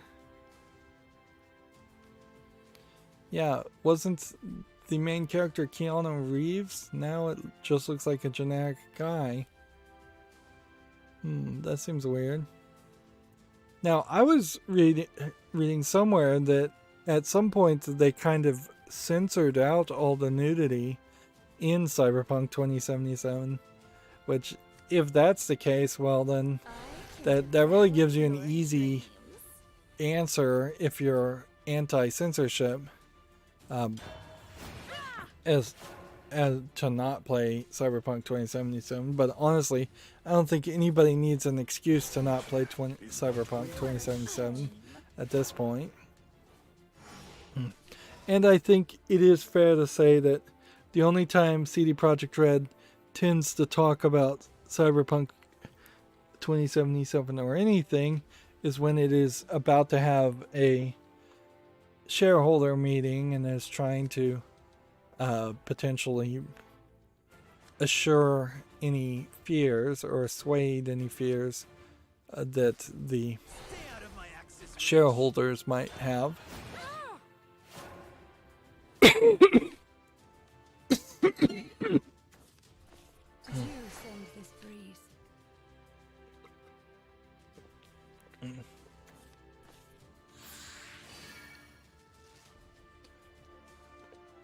I would say Cyberpunk is kind of the example of a game that even I, as an armchair game director person who could imagine himself being in charge of developing a game, like, even I would say, yeah, I don't want to touch Cyberpunk.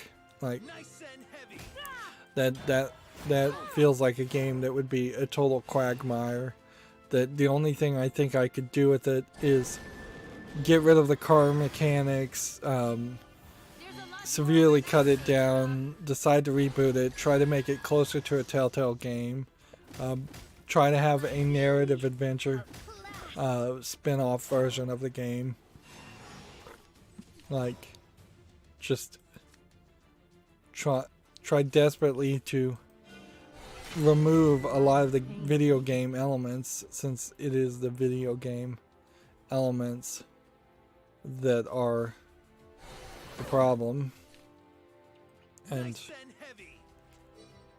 at the end of the day, even if you were to try and do that, I don't think you still would have a particularly interesting story or game. Moving on, Video Game Chronicle says Watchdog Legion's Assassin's Creed crossover trailer stars a futuristic assassin named Darcy. The new playable character is coming to the game on August 24.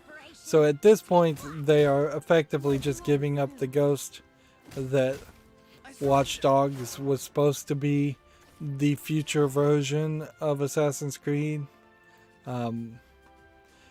Generally, the idea was that going to be that Watch Dogs and Assassin's Creed and I think another game in particular were all supposed to be in the same universe. There's like a Starfield or space game.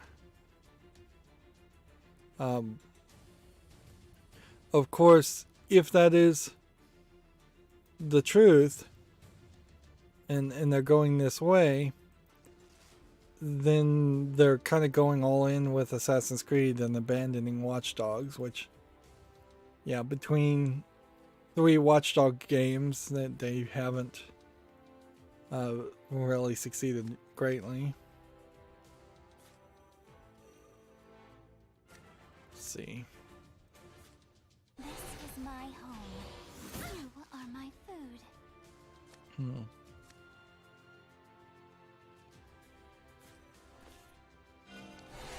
Guess we'll just kill that. Blueprints. But yeah, at the end of the day, it still would be a Watch Dogs Legion game, though. So if it has a skinned assassin in it, that doesn't really mean much.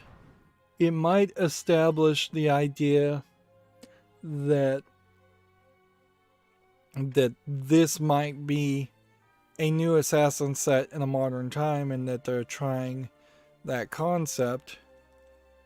But it's still a weird position, because there is no Assassin's Creed game that is like Assassin's Creed 1 or 2 or even Black Flag at that point. Like with Origin, they kind of rebooted everything. Storyline also, they kind of ended the world in the Assassin's Creed universe after, I think, Assassin's Creed 3, which that creates a weird story, certainly.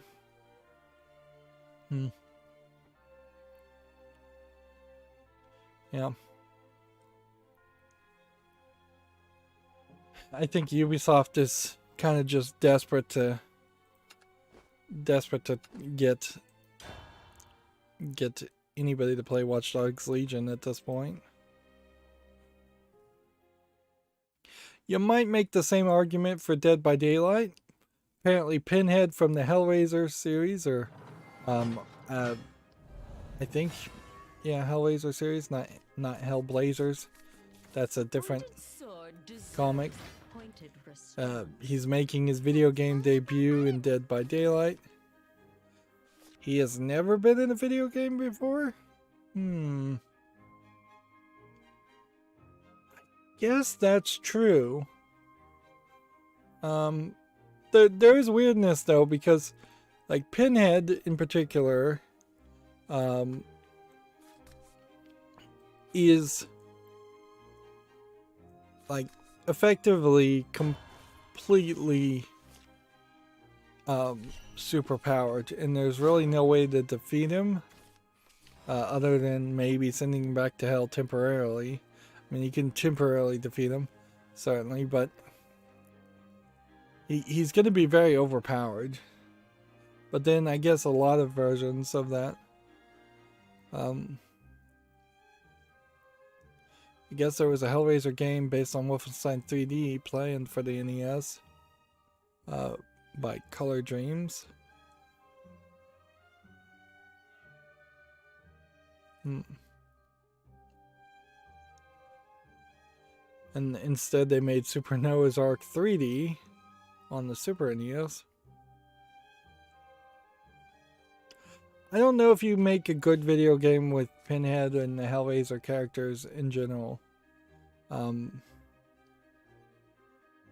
know the original actor who played Pinhead is fairly old, and I'm not sure that his voice is specifically needed to voice Pinhead. But yeah.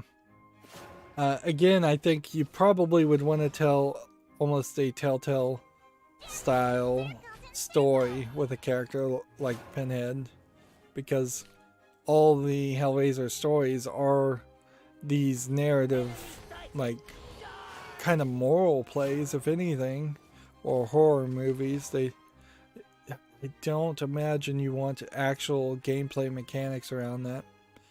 If I was going to go crazy and try and make a video game mechanic that is more than just a Telltale style choose your response type experience, maybe you do something like BioShock, where the Cenobites and Pinhead make minimal appearances in the actual game, and you're spending the vast majority of your time just fighting a splicer-like character, just low-level demons in a hell world.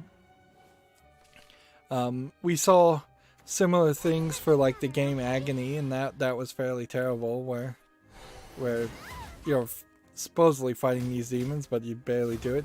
Even Hellblade: Senua's Sacrifice, kind of same problem, is once you have these actual representations of hell, you can't depower a creature of hell and actually defeat it without it feeling fairly awkward.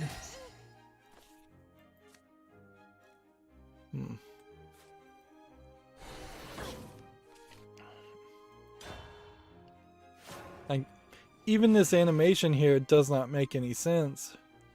First of all, I have never seen the puzzle cube in this quite formation, where it feels like it's a cross.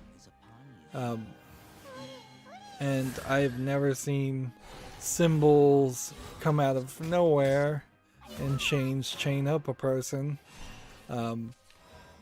In most cases, Pinhead can make chains with hooks on them hook into the flesh of people, not chain them up. And even when you look at Pinhead, there's not a huge emphasis on showing his flesh pierced with hooks. So this feels like it's a little bit like degorified already. And you'd almost want to see it in a video game form even more gory. I suppose what you could do is you could make a horror game. Like we've seen plenty of horror games where you're running around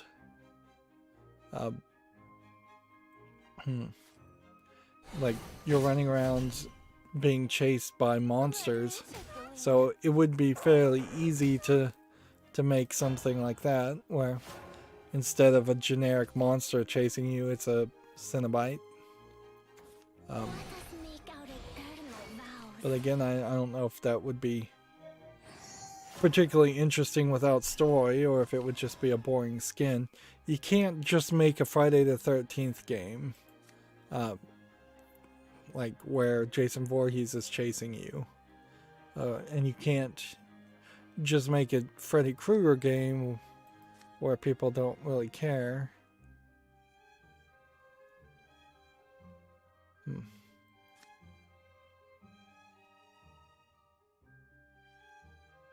Let's see.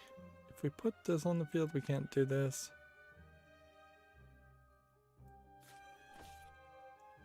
I'll take my compensation up front.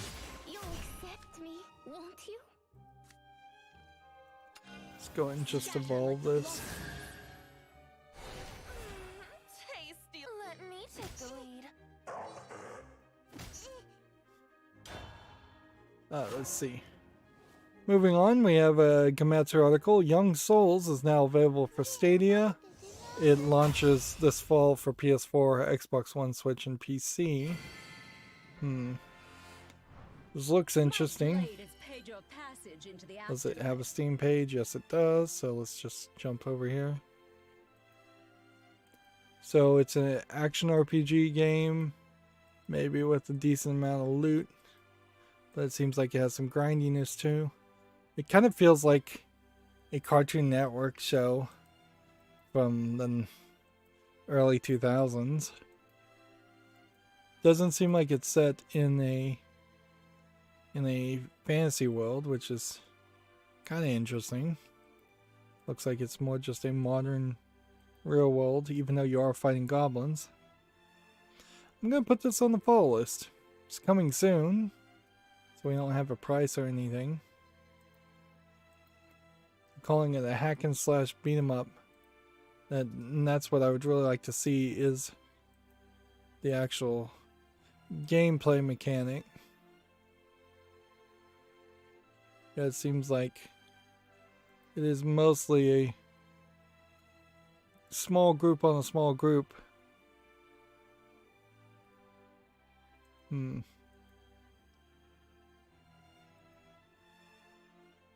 Yeah, it doesn't look terrible.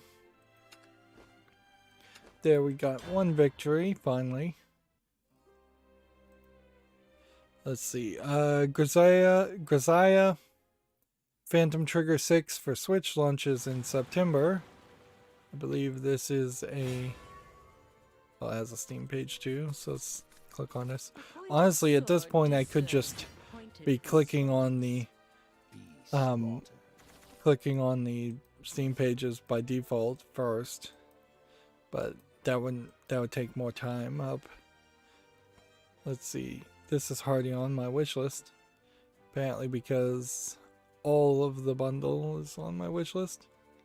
It's Japanese full audio, it's a visual novel, anime focused, but obviously somewhat positive. Seems like 6 is already out, so looks like 7 is already out. Yeah, I think it's coming out for Switch. Yeah, that's what the story was. Man, I can't even pay attention that much. And yep, this is the problem. This is the problem always when you need this, when I try to shift my sleep schedule back to being normal. It never sticks. It eventually gets back to me wanting to stay up all night, but every time I try, I tend to get fuzzy headed and being half awake. And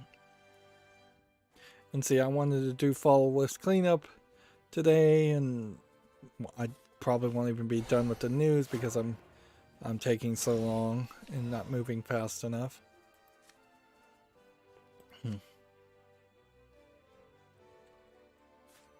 Let's go ahead and just play that. A Shin Megami Tensei 5 news, Volume 2 is set for August 19th. This seems like we're going to get more teasers for Shin Megami Tensei 5, which I think we've been getting a ridiculous amount of those already. Gamatsu has the Famitsu scores for issue 1707. Alex Kidd in Miracle World DX got a 29 out of 40, which is pretty low.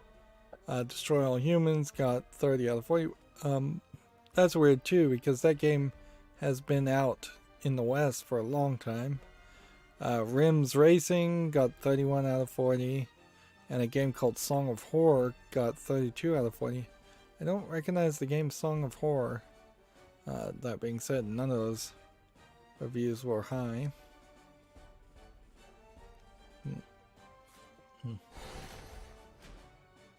Let's see. How about we have some fun?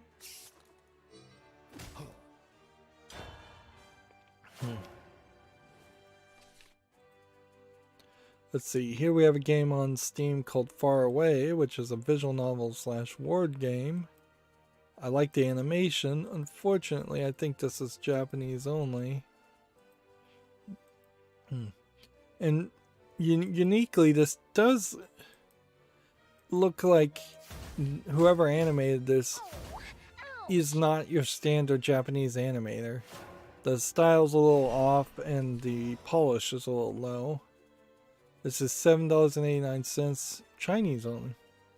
Well, by comparison, since I hold Chinese game developers to such a lower standard, which is kind of unfair, but I do just based on their average output, this looks kind of amazing for a Chinese game.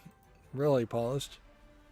Here we have a game called Singular Live, which looks like it's some kind of VR app. Let's see. Virtual VR presentation of music.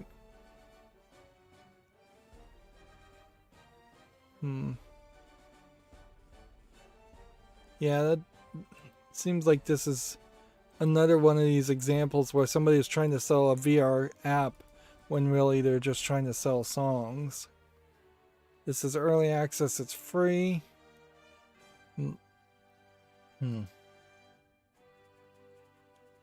Like,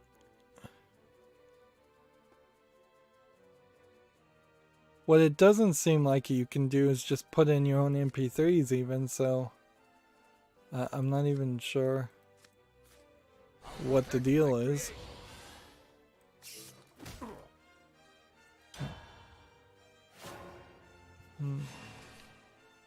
Yeah, it seems like it's trying to be a second live. It supports English and Spanish, and yet it's trying to be this virtual venue for listening to music that I think they want to present.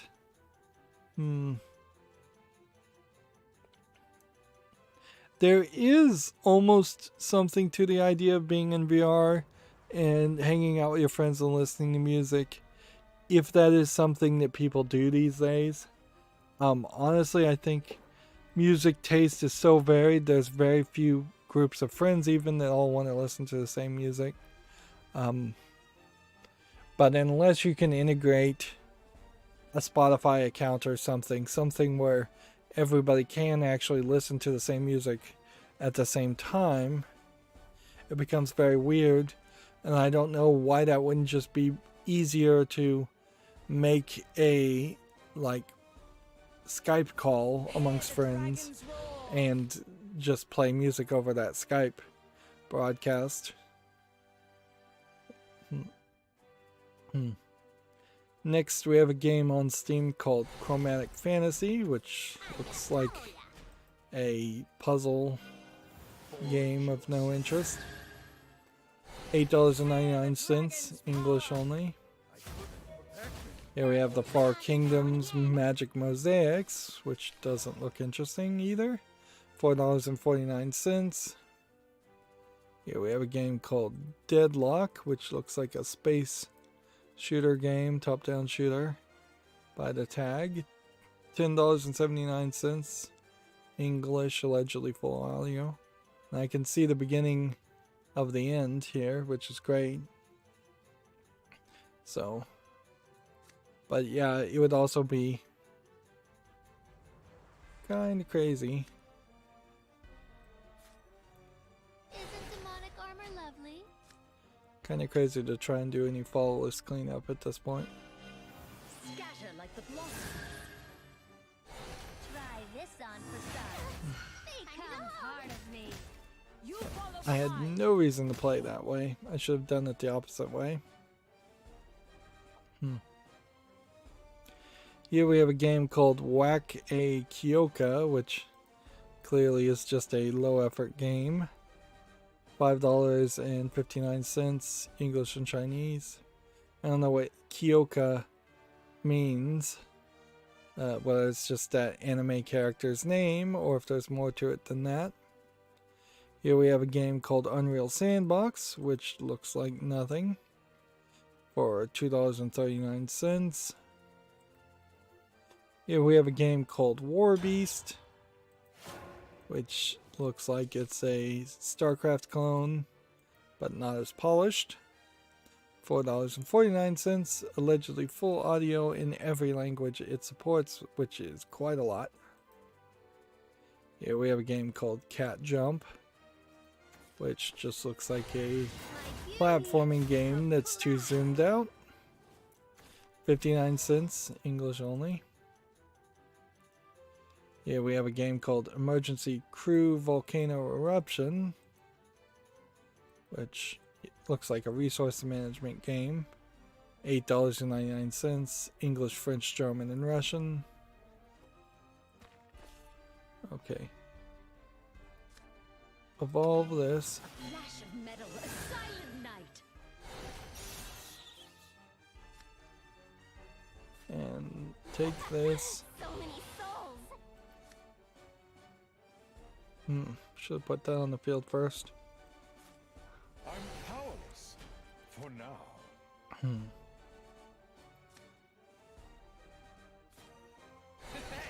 how's everyone doing tonight?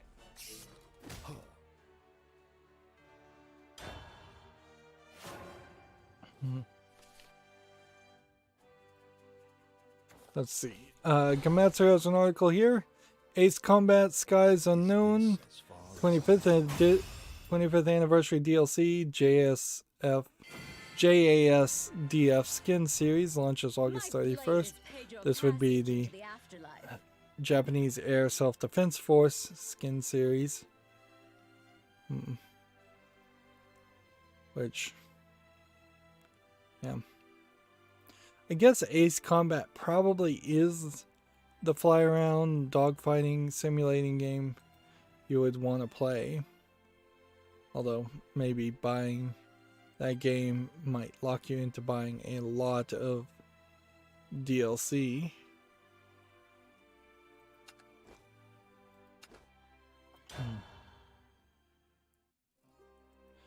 Let's see. Roblox now owns the communications platform Gilded, according to Gamma Sutra. Chivalry 2 sells over 1 million copies in just 2 months, according to Gamma Sutra.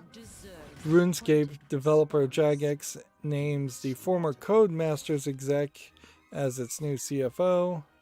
So Rashid Barcia is now the chief financial officer. Which Dirt, I believe, was acquired by Embracer Group, but I'm not 100% sure if that's correct.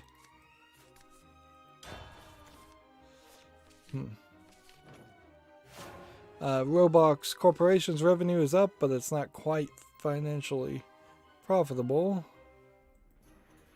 Outriders developer People Can Fly still hasn't seen any royalties from the game, which is to imply that the publisher either is cheating them or doing weird math to cheat them, Hollywood accounting type stuff, or the game really hasn't sold, covered its costs, which is also very believable.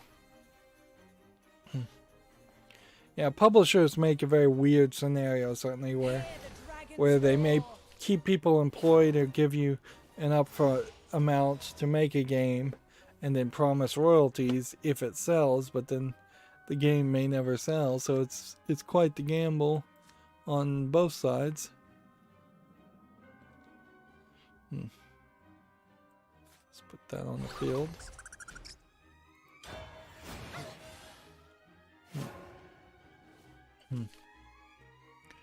Let's see. Gamma Sutra has an article here. Fortnite's new game mode curiously resembles Among Us. No surprise there. This wouldn't even be the second time that Fortnite has potentially just completely stolen the most popular gameplay modes or concepts. Remember, Fortnite originally was a survival building game, and the Battle Royale concept was stolen from PUBG and other games like it. I shall protect you. And if anything, I would say Fortnite is just going to be late to the party. Kind of in the opposite version of that story, Death Trash has recouped its development cost under 2 weeks in early access. I don't recognize this game, but obviously it was a much smaller scale and smaller budget game to be able to recover its costs so fast.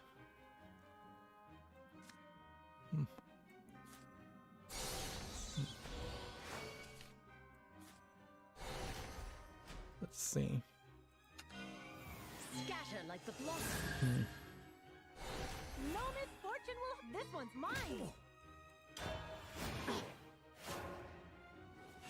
Let's see. Embracer Group has now also acquired The Imager Studios, Fractured Byte, and Smartphone Labs,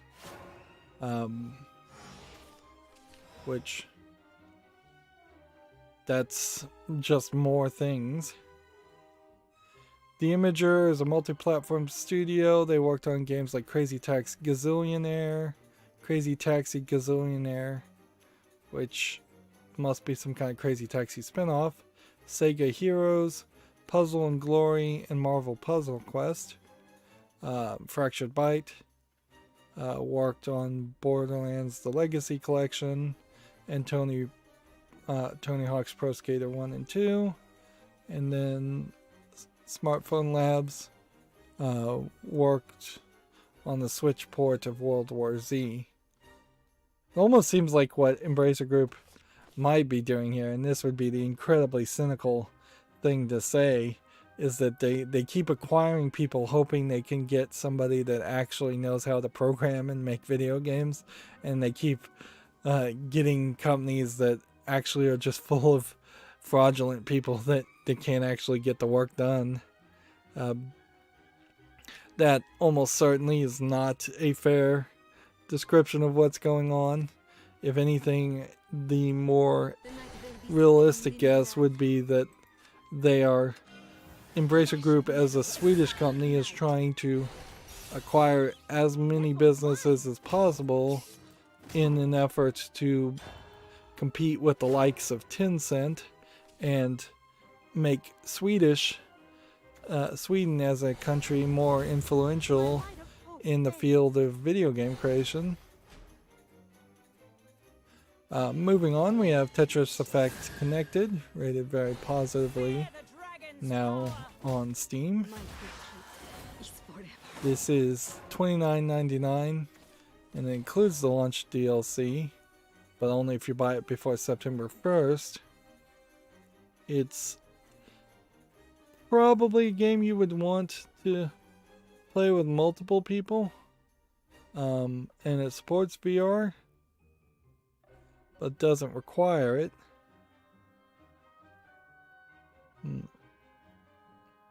It's a fairly expensive game for a Tetris game, certainly.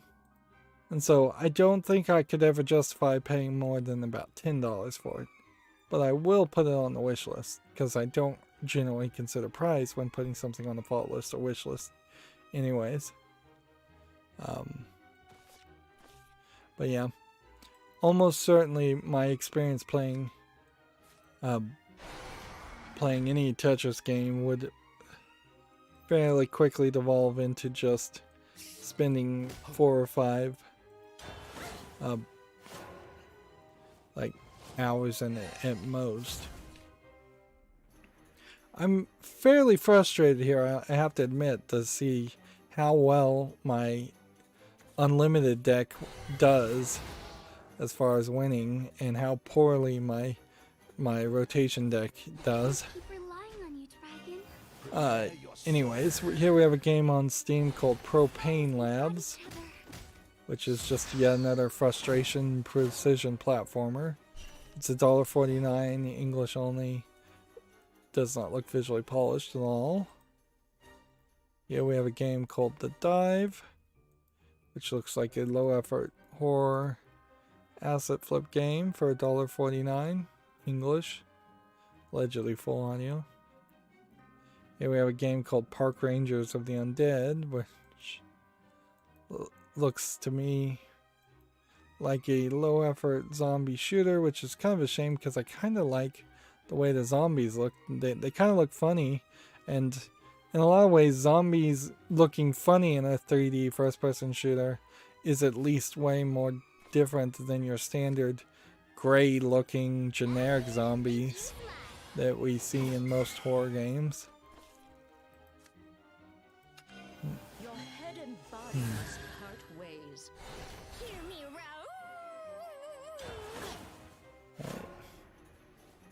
But yeah, I can't put that on the fall list. Here we have a game called World of Bombs, which just looks like a Bomberman clone. $14.34. Here we have a game called Temple of the Snake, spelled S-N-E-K, which I don't think there's a game here I really want to play, but I might give it a chance. Tile-based puzzle dungeon adventure. How do you actually play?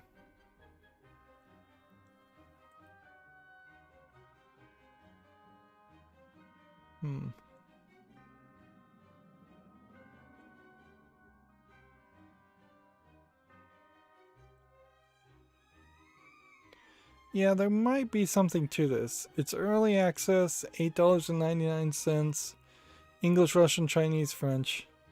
I'll put this on the fall list. I bet there really isn't anything to it, but I'll give it a chance. Here we have a game called 100 Days, which just looks like an asset flip survival game for $1.99. Here we have a game that's a prologue called Start Again Prologue, which, yeah, looks like it's a black and white style kind of RPG dungeon crawler. Let's see, $9.89, English only.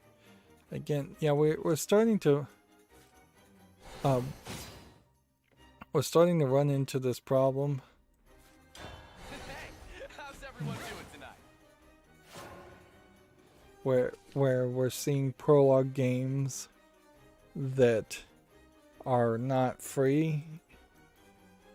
And I know the word prologue does not directly mean free demo, but it has for a long time meant free demo, so so it seems silly to all of a sudden see games that aren't free. I guess I'll give it a chance because of the art style and put it on the fall list.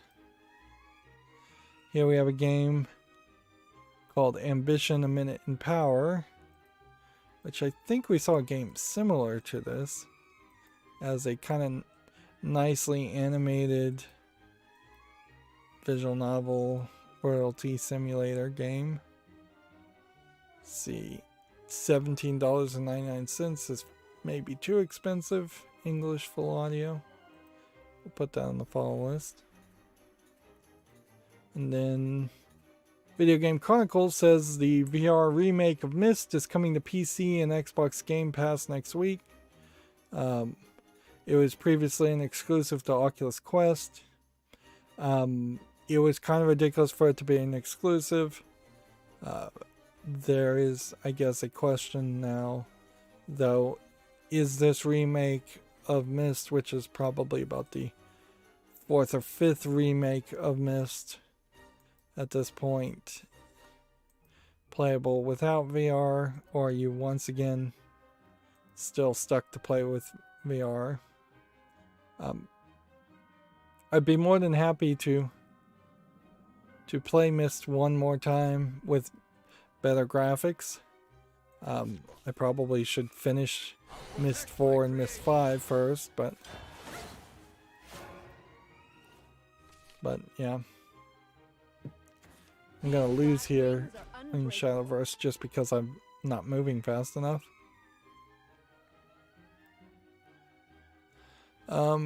Here we have a game called Neon Knights Pinball, which we don't see a lot of pinballs. EO is on the chat saying hello again. Yep. Hi. I don't know if I can really ever justify just buying 1 or 2 pinball tables individually. This is $2.99, so it's not that expensive. English only, so we'll put that on the follow list. Although, it's a decent chance. EU said he was having dinner. Okay, that makes sense. Let's see. Gamatsu says Token Rambu Musau, 2nd unit captain, has been announced for Kaisen Kanasada. I don't recognize either of these names. What game is Kaisen Kanasada? Must not be out yet. Yeah, the release date hasn't even been announced. So this is one of those examples of a Japanese game just very slowly announcing trickles of information on top of trickles of information, just so that they can get as many mentions in the news and in the press as possible. Gamatsu says Opus Echo of Starsong launches September 1st for PC. Which, okay. Oh. I feel like I'm going to wake up in a couple weeks and realize that September is already here. Which, honestly, I could use a couple more months. Can we make up a couple of months? EU says it's 9 p.m. where he is, which is okay. Yep.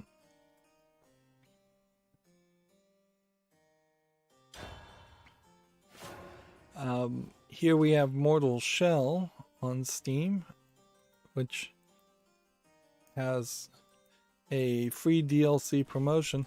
I thought this game was already out, but apparently it just now came either out of early access or just came out. English full audio, several other languages, we can see.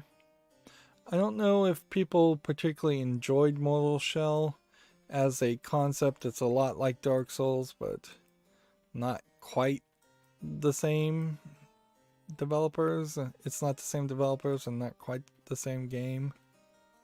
Guess I put something like this on the follow list, but in all reality, I'd have to think long and hard if I really wanted to play something that was selling itself in part as being like a Dark Souls game, in that it is potentially very difficult.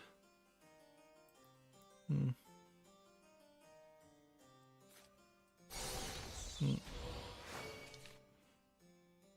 interruption.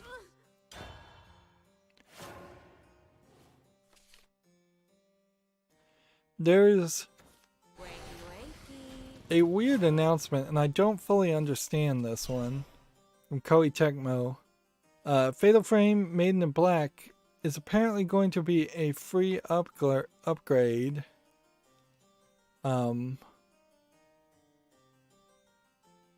For PlayStation 5 and Xbox Series X players, which this is kind of a new release of an old game, so I don't know how it wouldn't be a free upgrade anyways, because like the only thing I could just assume is what they really mean is if you buy the PS4 version, you get a free upgrade to the PS5. If you buy an Xbox One version, you get an upgrade to the Series X, Series S. If you get it on Steam, of course, no upgrade needed. If you get it on Switch, no upgrade available. The Fatal Frame, made in a black game, is a remake of an old game, with the hopes that if this somehow sells fairly well, that we might have a return to a new Fatal Frame game. Maybe. That is the hope the creators have. We are in kind of a weird holding pattern for a lot of the 90s and early 2000 era Japanese horror games and Japanese games in general, where we've yet to see any major announcements of like remasters or remakes or re-releases, or any major announcements of continuations or new games in series, short of the big ones. Like we definitely have had Senran Kagura announcements and Final Fantasy announcements and Monster Hunter announcements for sure, so those didn't go anywhere. But the B tier and the indie, or whatever would be the closest thing to an indie for a Japanese developer, those kinds of games have kind of disappeared. Let's see. Moving on, Komatsu has the Ghost of Tsushima Director's Cut launch trailer. If you want to check that out, you can watch the video. Here we have a game on Steam called Zool Redimensioned, which is just an old game being republished, and it might have some relevancy, so I have to put it on the follow list, but it probably doesn't. $9.99 English only. This is from Sumo Digital Academy, but being published by Secret Mode, which is weird because I think Sumo Digital in the past had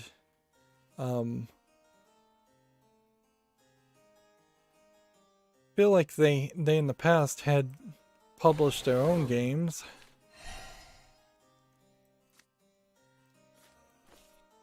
I'll take my compensation up front. No more corpses. Scatter like the blossoms. Let's see. Your avarice is my... You're in my Hit way. that. Shutting down. Hit that. Here we have a game on Steam called Hell Architect, which I think we'd already kind of seen this. It is kind of a tiny tower type experience. Dungeon Keeper if it was flat and from a side-on perspective instead of a top-down perspective. And see, one of these games we saw, I think, had maybe just by default too much nudity in it, even though it's kind of cartoony animation. Now it seems like they've got little fig leaves in front of them, so I think that would be alright for YouTube family friendliness. Down to the bone. But I'm not sure. I think the demons might have genitalia. Did I just see that? Let's see. Yeah, it seems like they kind of do. So I don't know. Maybe that wouldn't really matter too much, and that would still fall into YouTube family friendliness, but I'm not sure. This is English full audio. It's already on my fall list. It's out now. This is the kind of game that I think if I had infinite money, I would try and play this on day one, because this is probably not going to get covered by a lot of people. If it does get covered by a lot of people, it's going to be covered as a joke by people like PewDiePie, and then he'll spend like one stream on it at most and then forget about it. Or it's going to be ridiculed by by like Giant Bomb or somebody else, and if they even bother to talk about it at all, which I suspect they may very well not My way. say anything at all, because they may never even know it exists. Let's see. And then here we have a game on Steam called Cosmos Quick Stop, I've seen them. which, Do you I know the think this is Eternal Void? probably an Among Us clone. Yeah, from the looks of it. It looks slightly visually polished, but also it's just way too busy. Way too much stuff happening here. This might actually be more of a resource management game where you're just trying to keep this gas station in space going forward. This is $17.99, which is too expensive. English only. It's quitting time. Yeah, you can see he's just running around doing all kinds of tasks as fast as possible. Which, yeah, I guess that eliminates the idea of it being exactly like Among Us and feels more just kind of like a resource management game.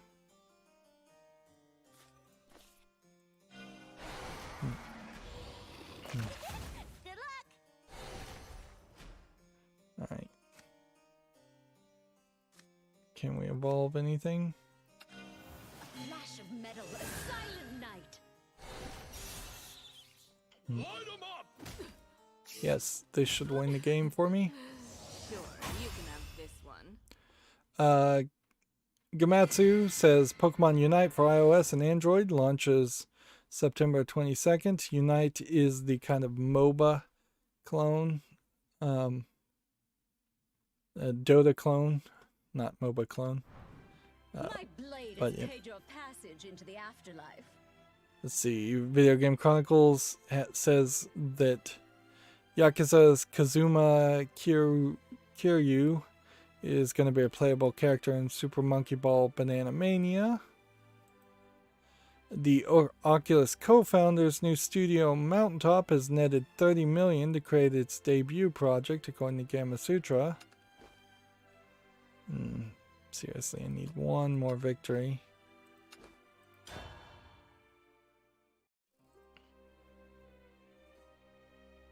Let's see, I'm not going to show this because this is a Nintendo Switch Pokemon release, but Nintendo has put out Discover the Hisui. Well, you know what I can do? I can pause it and I can show it like this. Discover the Hisui region of Pokemon Legends Arceus, which this is the flashback Pokemon game in the past.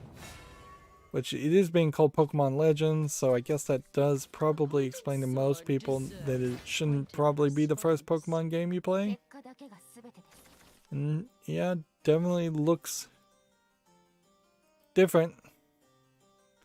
There's a lot more open world emptiness in what's being depicted, like here, compared to the heavily suburban areas that you travel in most Pokemon games. And I wonder if that is the goal, first and foremost, is to just make a Pokemon game that lets them just have empty rooms, empty plains. Gamatsu says the Pokemon Cafe Mix is going to relaunch as Pokemon Cafe Remix this fall. I don't even know what this is. It's a free-to-start puzzle game. Don't recall ever even seeing it. I guess it's some kind of cooking game. Pokemon Brilliant Diamond and Shining Pearl. Dig into the details trailer. Details and screenshots are available. And these are little chibi characters. But I think Brilliant Diamond and Pearl are re-releases of and remasters of old Pokemon games. that were on like the Nintendo DS. Yeah. Looking here, it does seem like they've kind of reskinned everything. No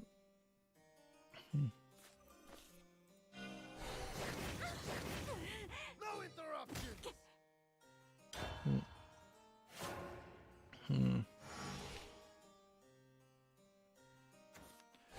What's funny about this, I would say though,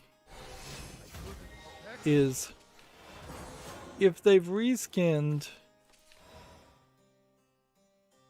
the game, why did they reskin it to look like little chibi characters like this when the remake of like the first game, Hey You Pikachu, or not Hey You Pikachu, but the Pokemon Yellow reskin that came out for Switch. I don't know why you would reskin a later game in a completely different way when inevitably you're almost certainly going to have to reskin it again to look like the new 3D realistic graphics. Seems like they just made double the work for themselves. Let's see, Gamatsu also has the Pokemon Legends Arceus information here, if you want to check that stuff out. And then finally, Oddworld Soulstorm is coming to Xbox Series and Xbox One. Release date has not been announced yet. Also, I wanted to mention that Fortnite has a Wonder Woman Cup that is happening right now. So, this is kind of an interesting way to depict Wonder Woman, but doesn't look terrible. Generally, I don't talk about what's going on in Fortnite, but You're a funny one. that felt like something that might be worth mentioning.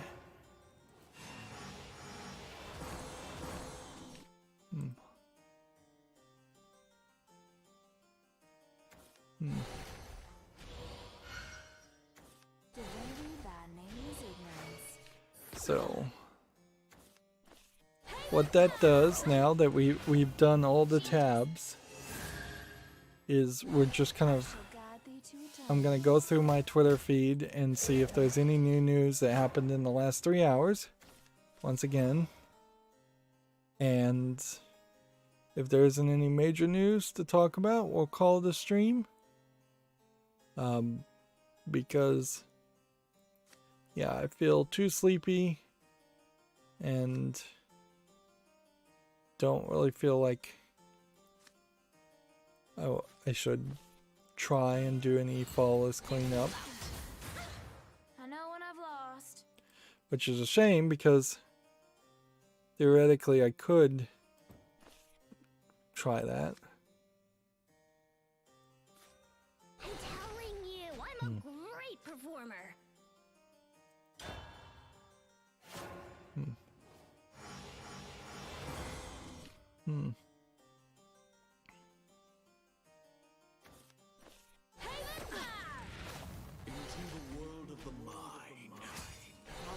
Let's see, yeah, scrolling down my Twitter feed.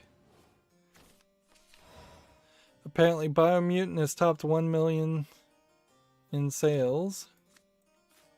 I'll show you something nice. Do this. I'll show you something nice. Evolve Scatter like the blood. this. Tasty little Take morsel. this So many souls. in the turn.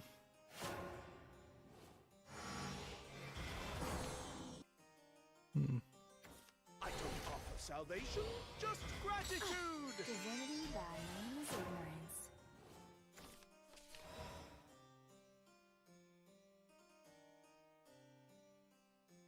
Let's see. Deep Silver Revolution is hiring a senior environmental artist, according to Gamma Sutra. Check that out if you're interested.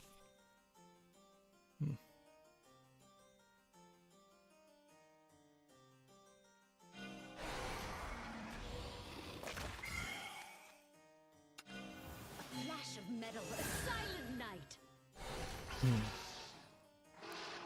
Yeah, I don't think I'm gonna win on this one.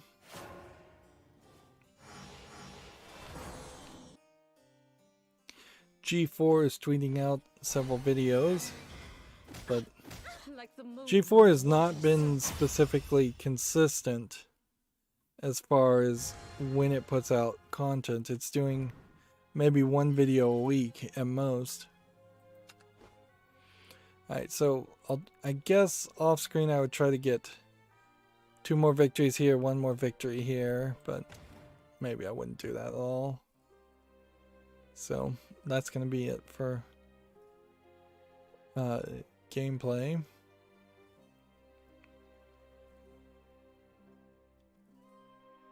And yeah, I'm still scrolling down my Twitter feed. I need to buy a new controller. That is another thing that has become fairly apparent when playing Binding of Isaac, is that my controller is fairly worn out. I'll probably try and wait until there's a sale, but getting the Xbox One controller on sale tends not to be cheap.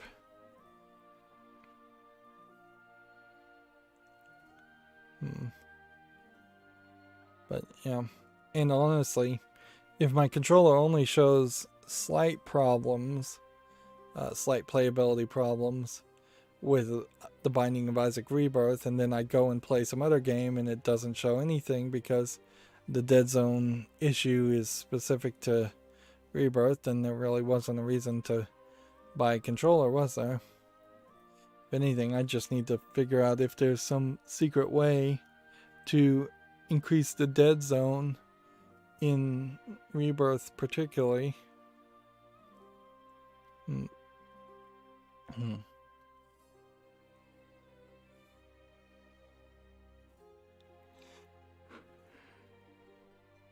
again, I'm just yawning. I'm gonna fall asleep. I knew I was gonna fall asleep. Like, that's not the surprising part. The problem was I'm gonna fall asleep. I was gonna fall asleep an hour and a half into a 3-hour live stream, when ideally I should have wanted to fall asleep an hour after the end of the live stream.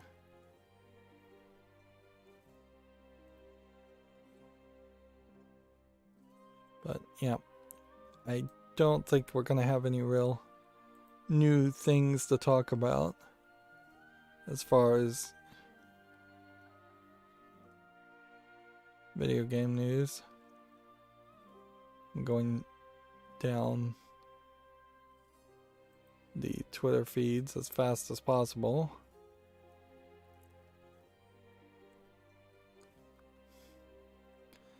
Let's see, Cat Lateral Damage Remastered is coming out September 15th for the PS5, Xbox Series, PS4, Xbox One, Switch, and PC.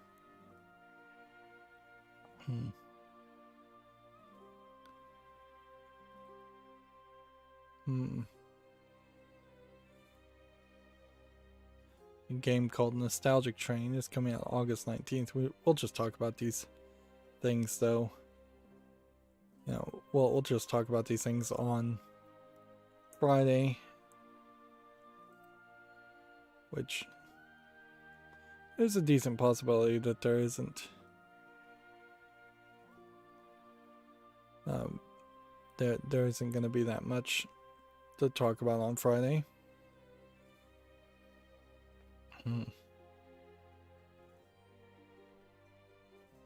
Apparently, Biomutant has sold over 1 million copies and recouped all of its costs in the first week, despite being mixed reviewed.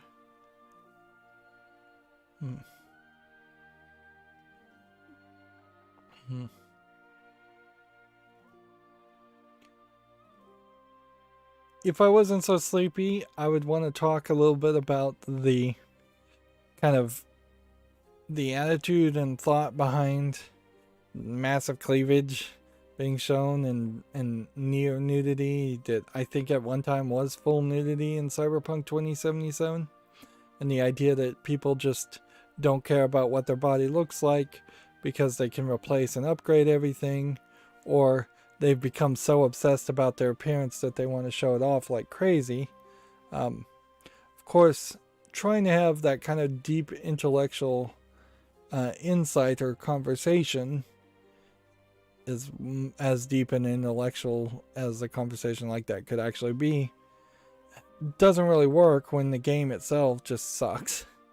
It's like you can't find hidden depth if surface level something is uninteresting. Alright, well, that's going to be it for this stream. As always, I ask you to like, share, subscribe, comment, and watch every second of my videos. If you want to friend or follow me on any social media sites, there's a whole bunch of links down below. And if you want to support me further, there's a link to Patreon, or you can friend me on Steam and get me a game off my wishlist. Thank you for watching.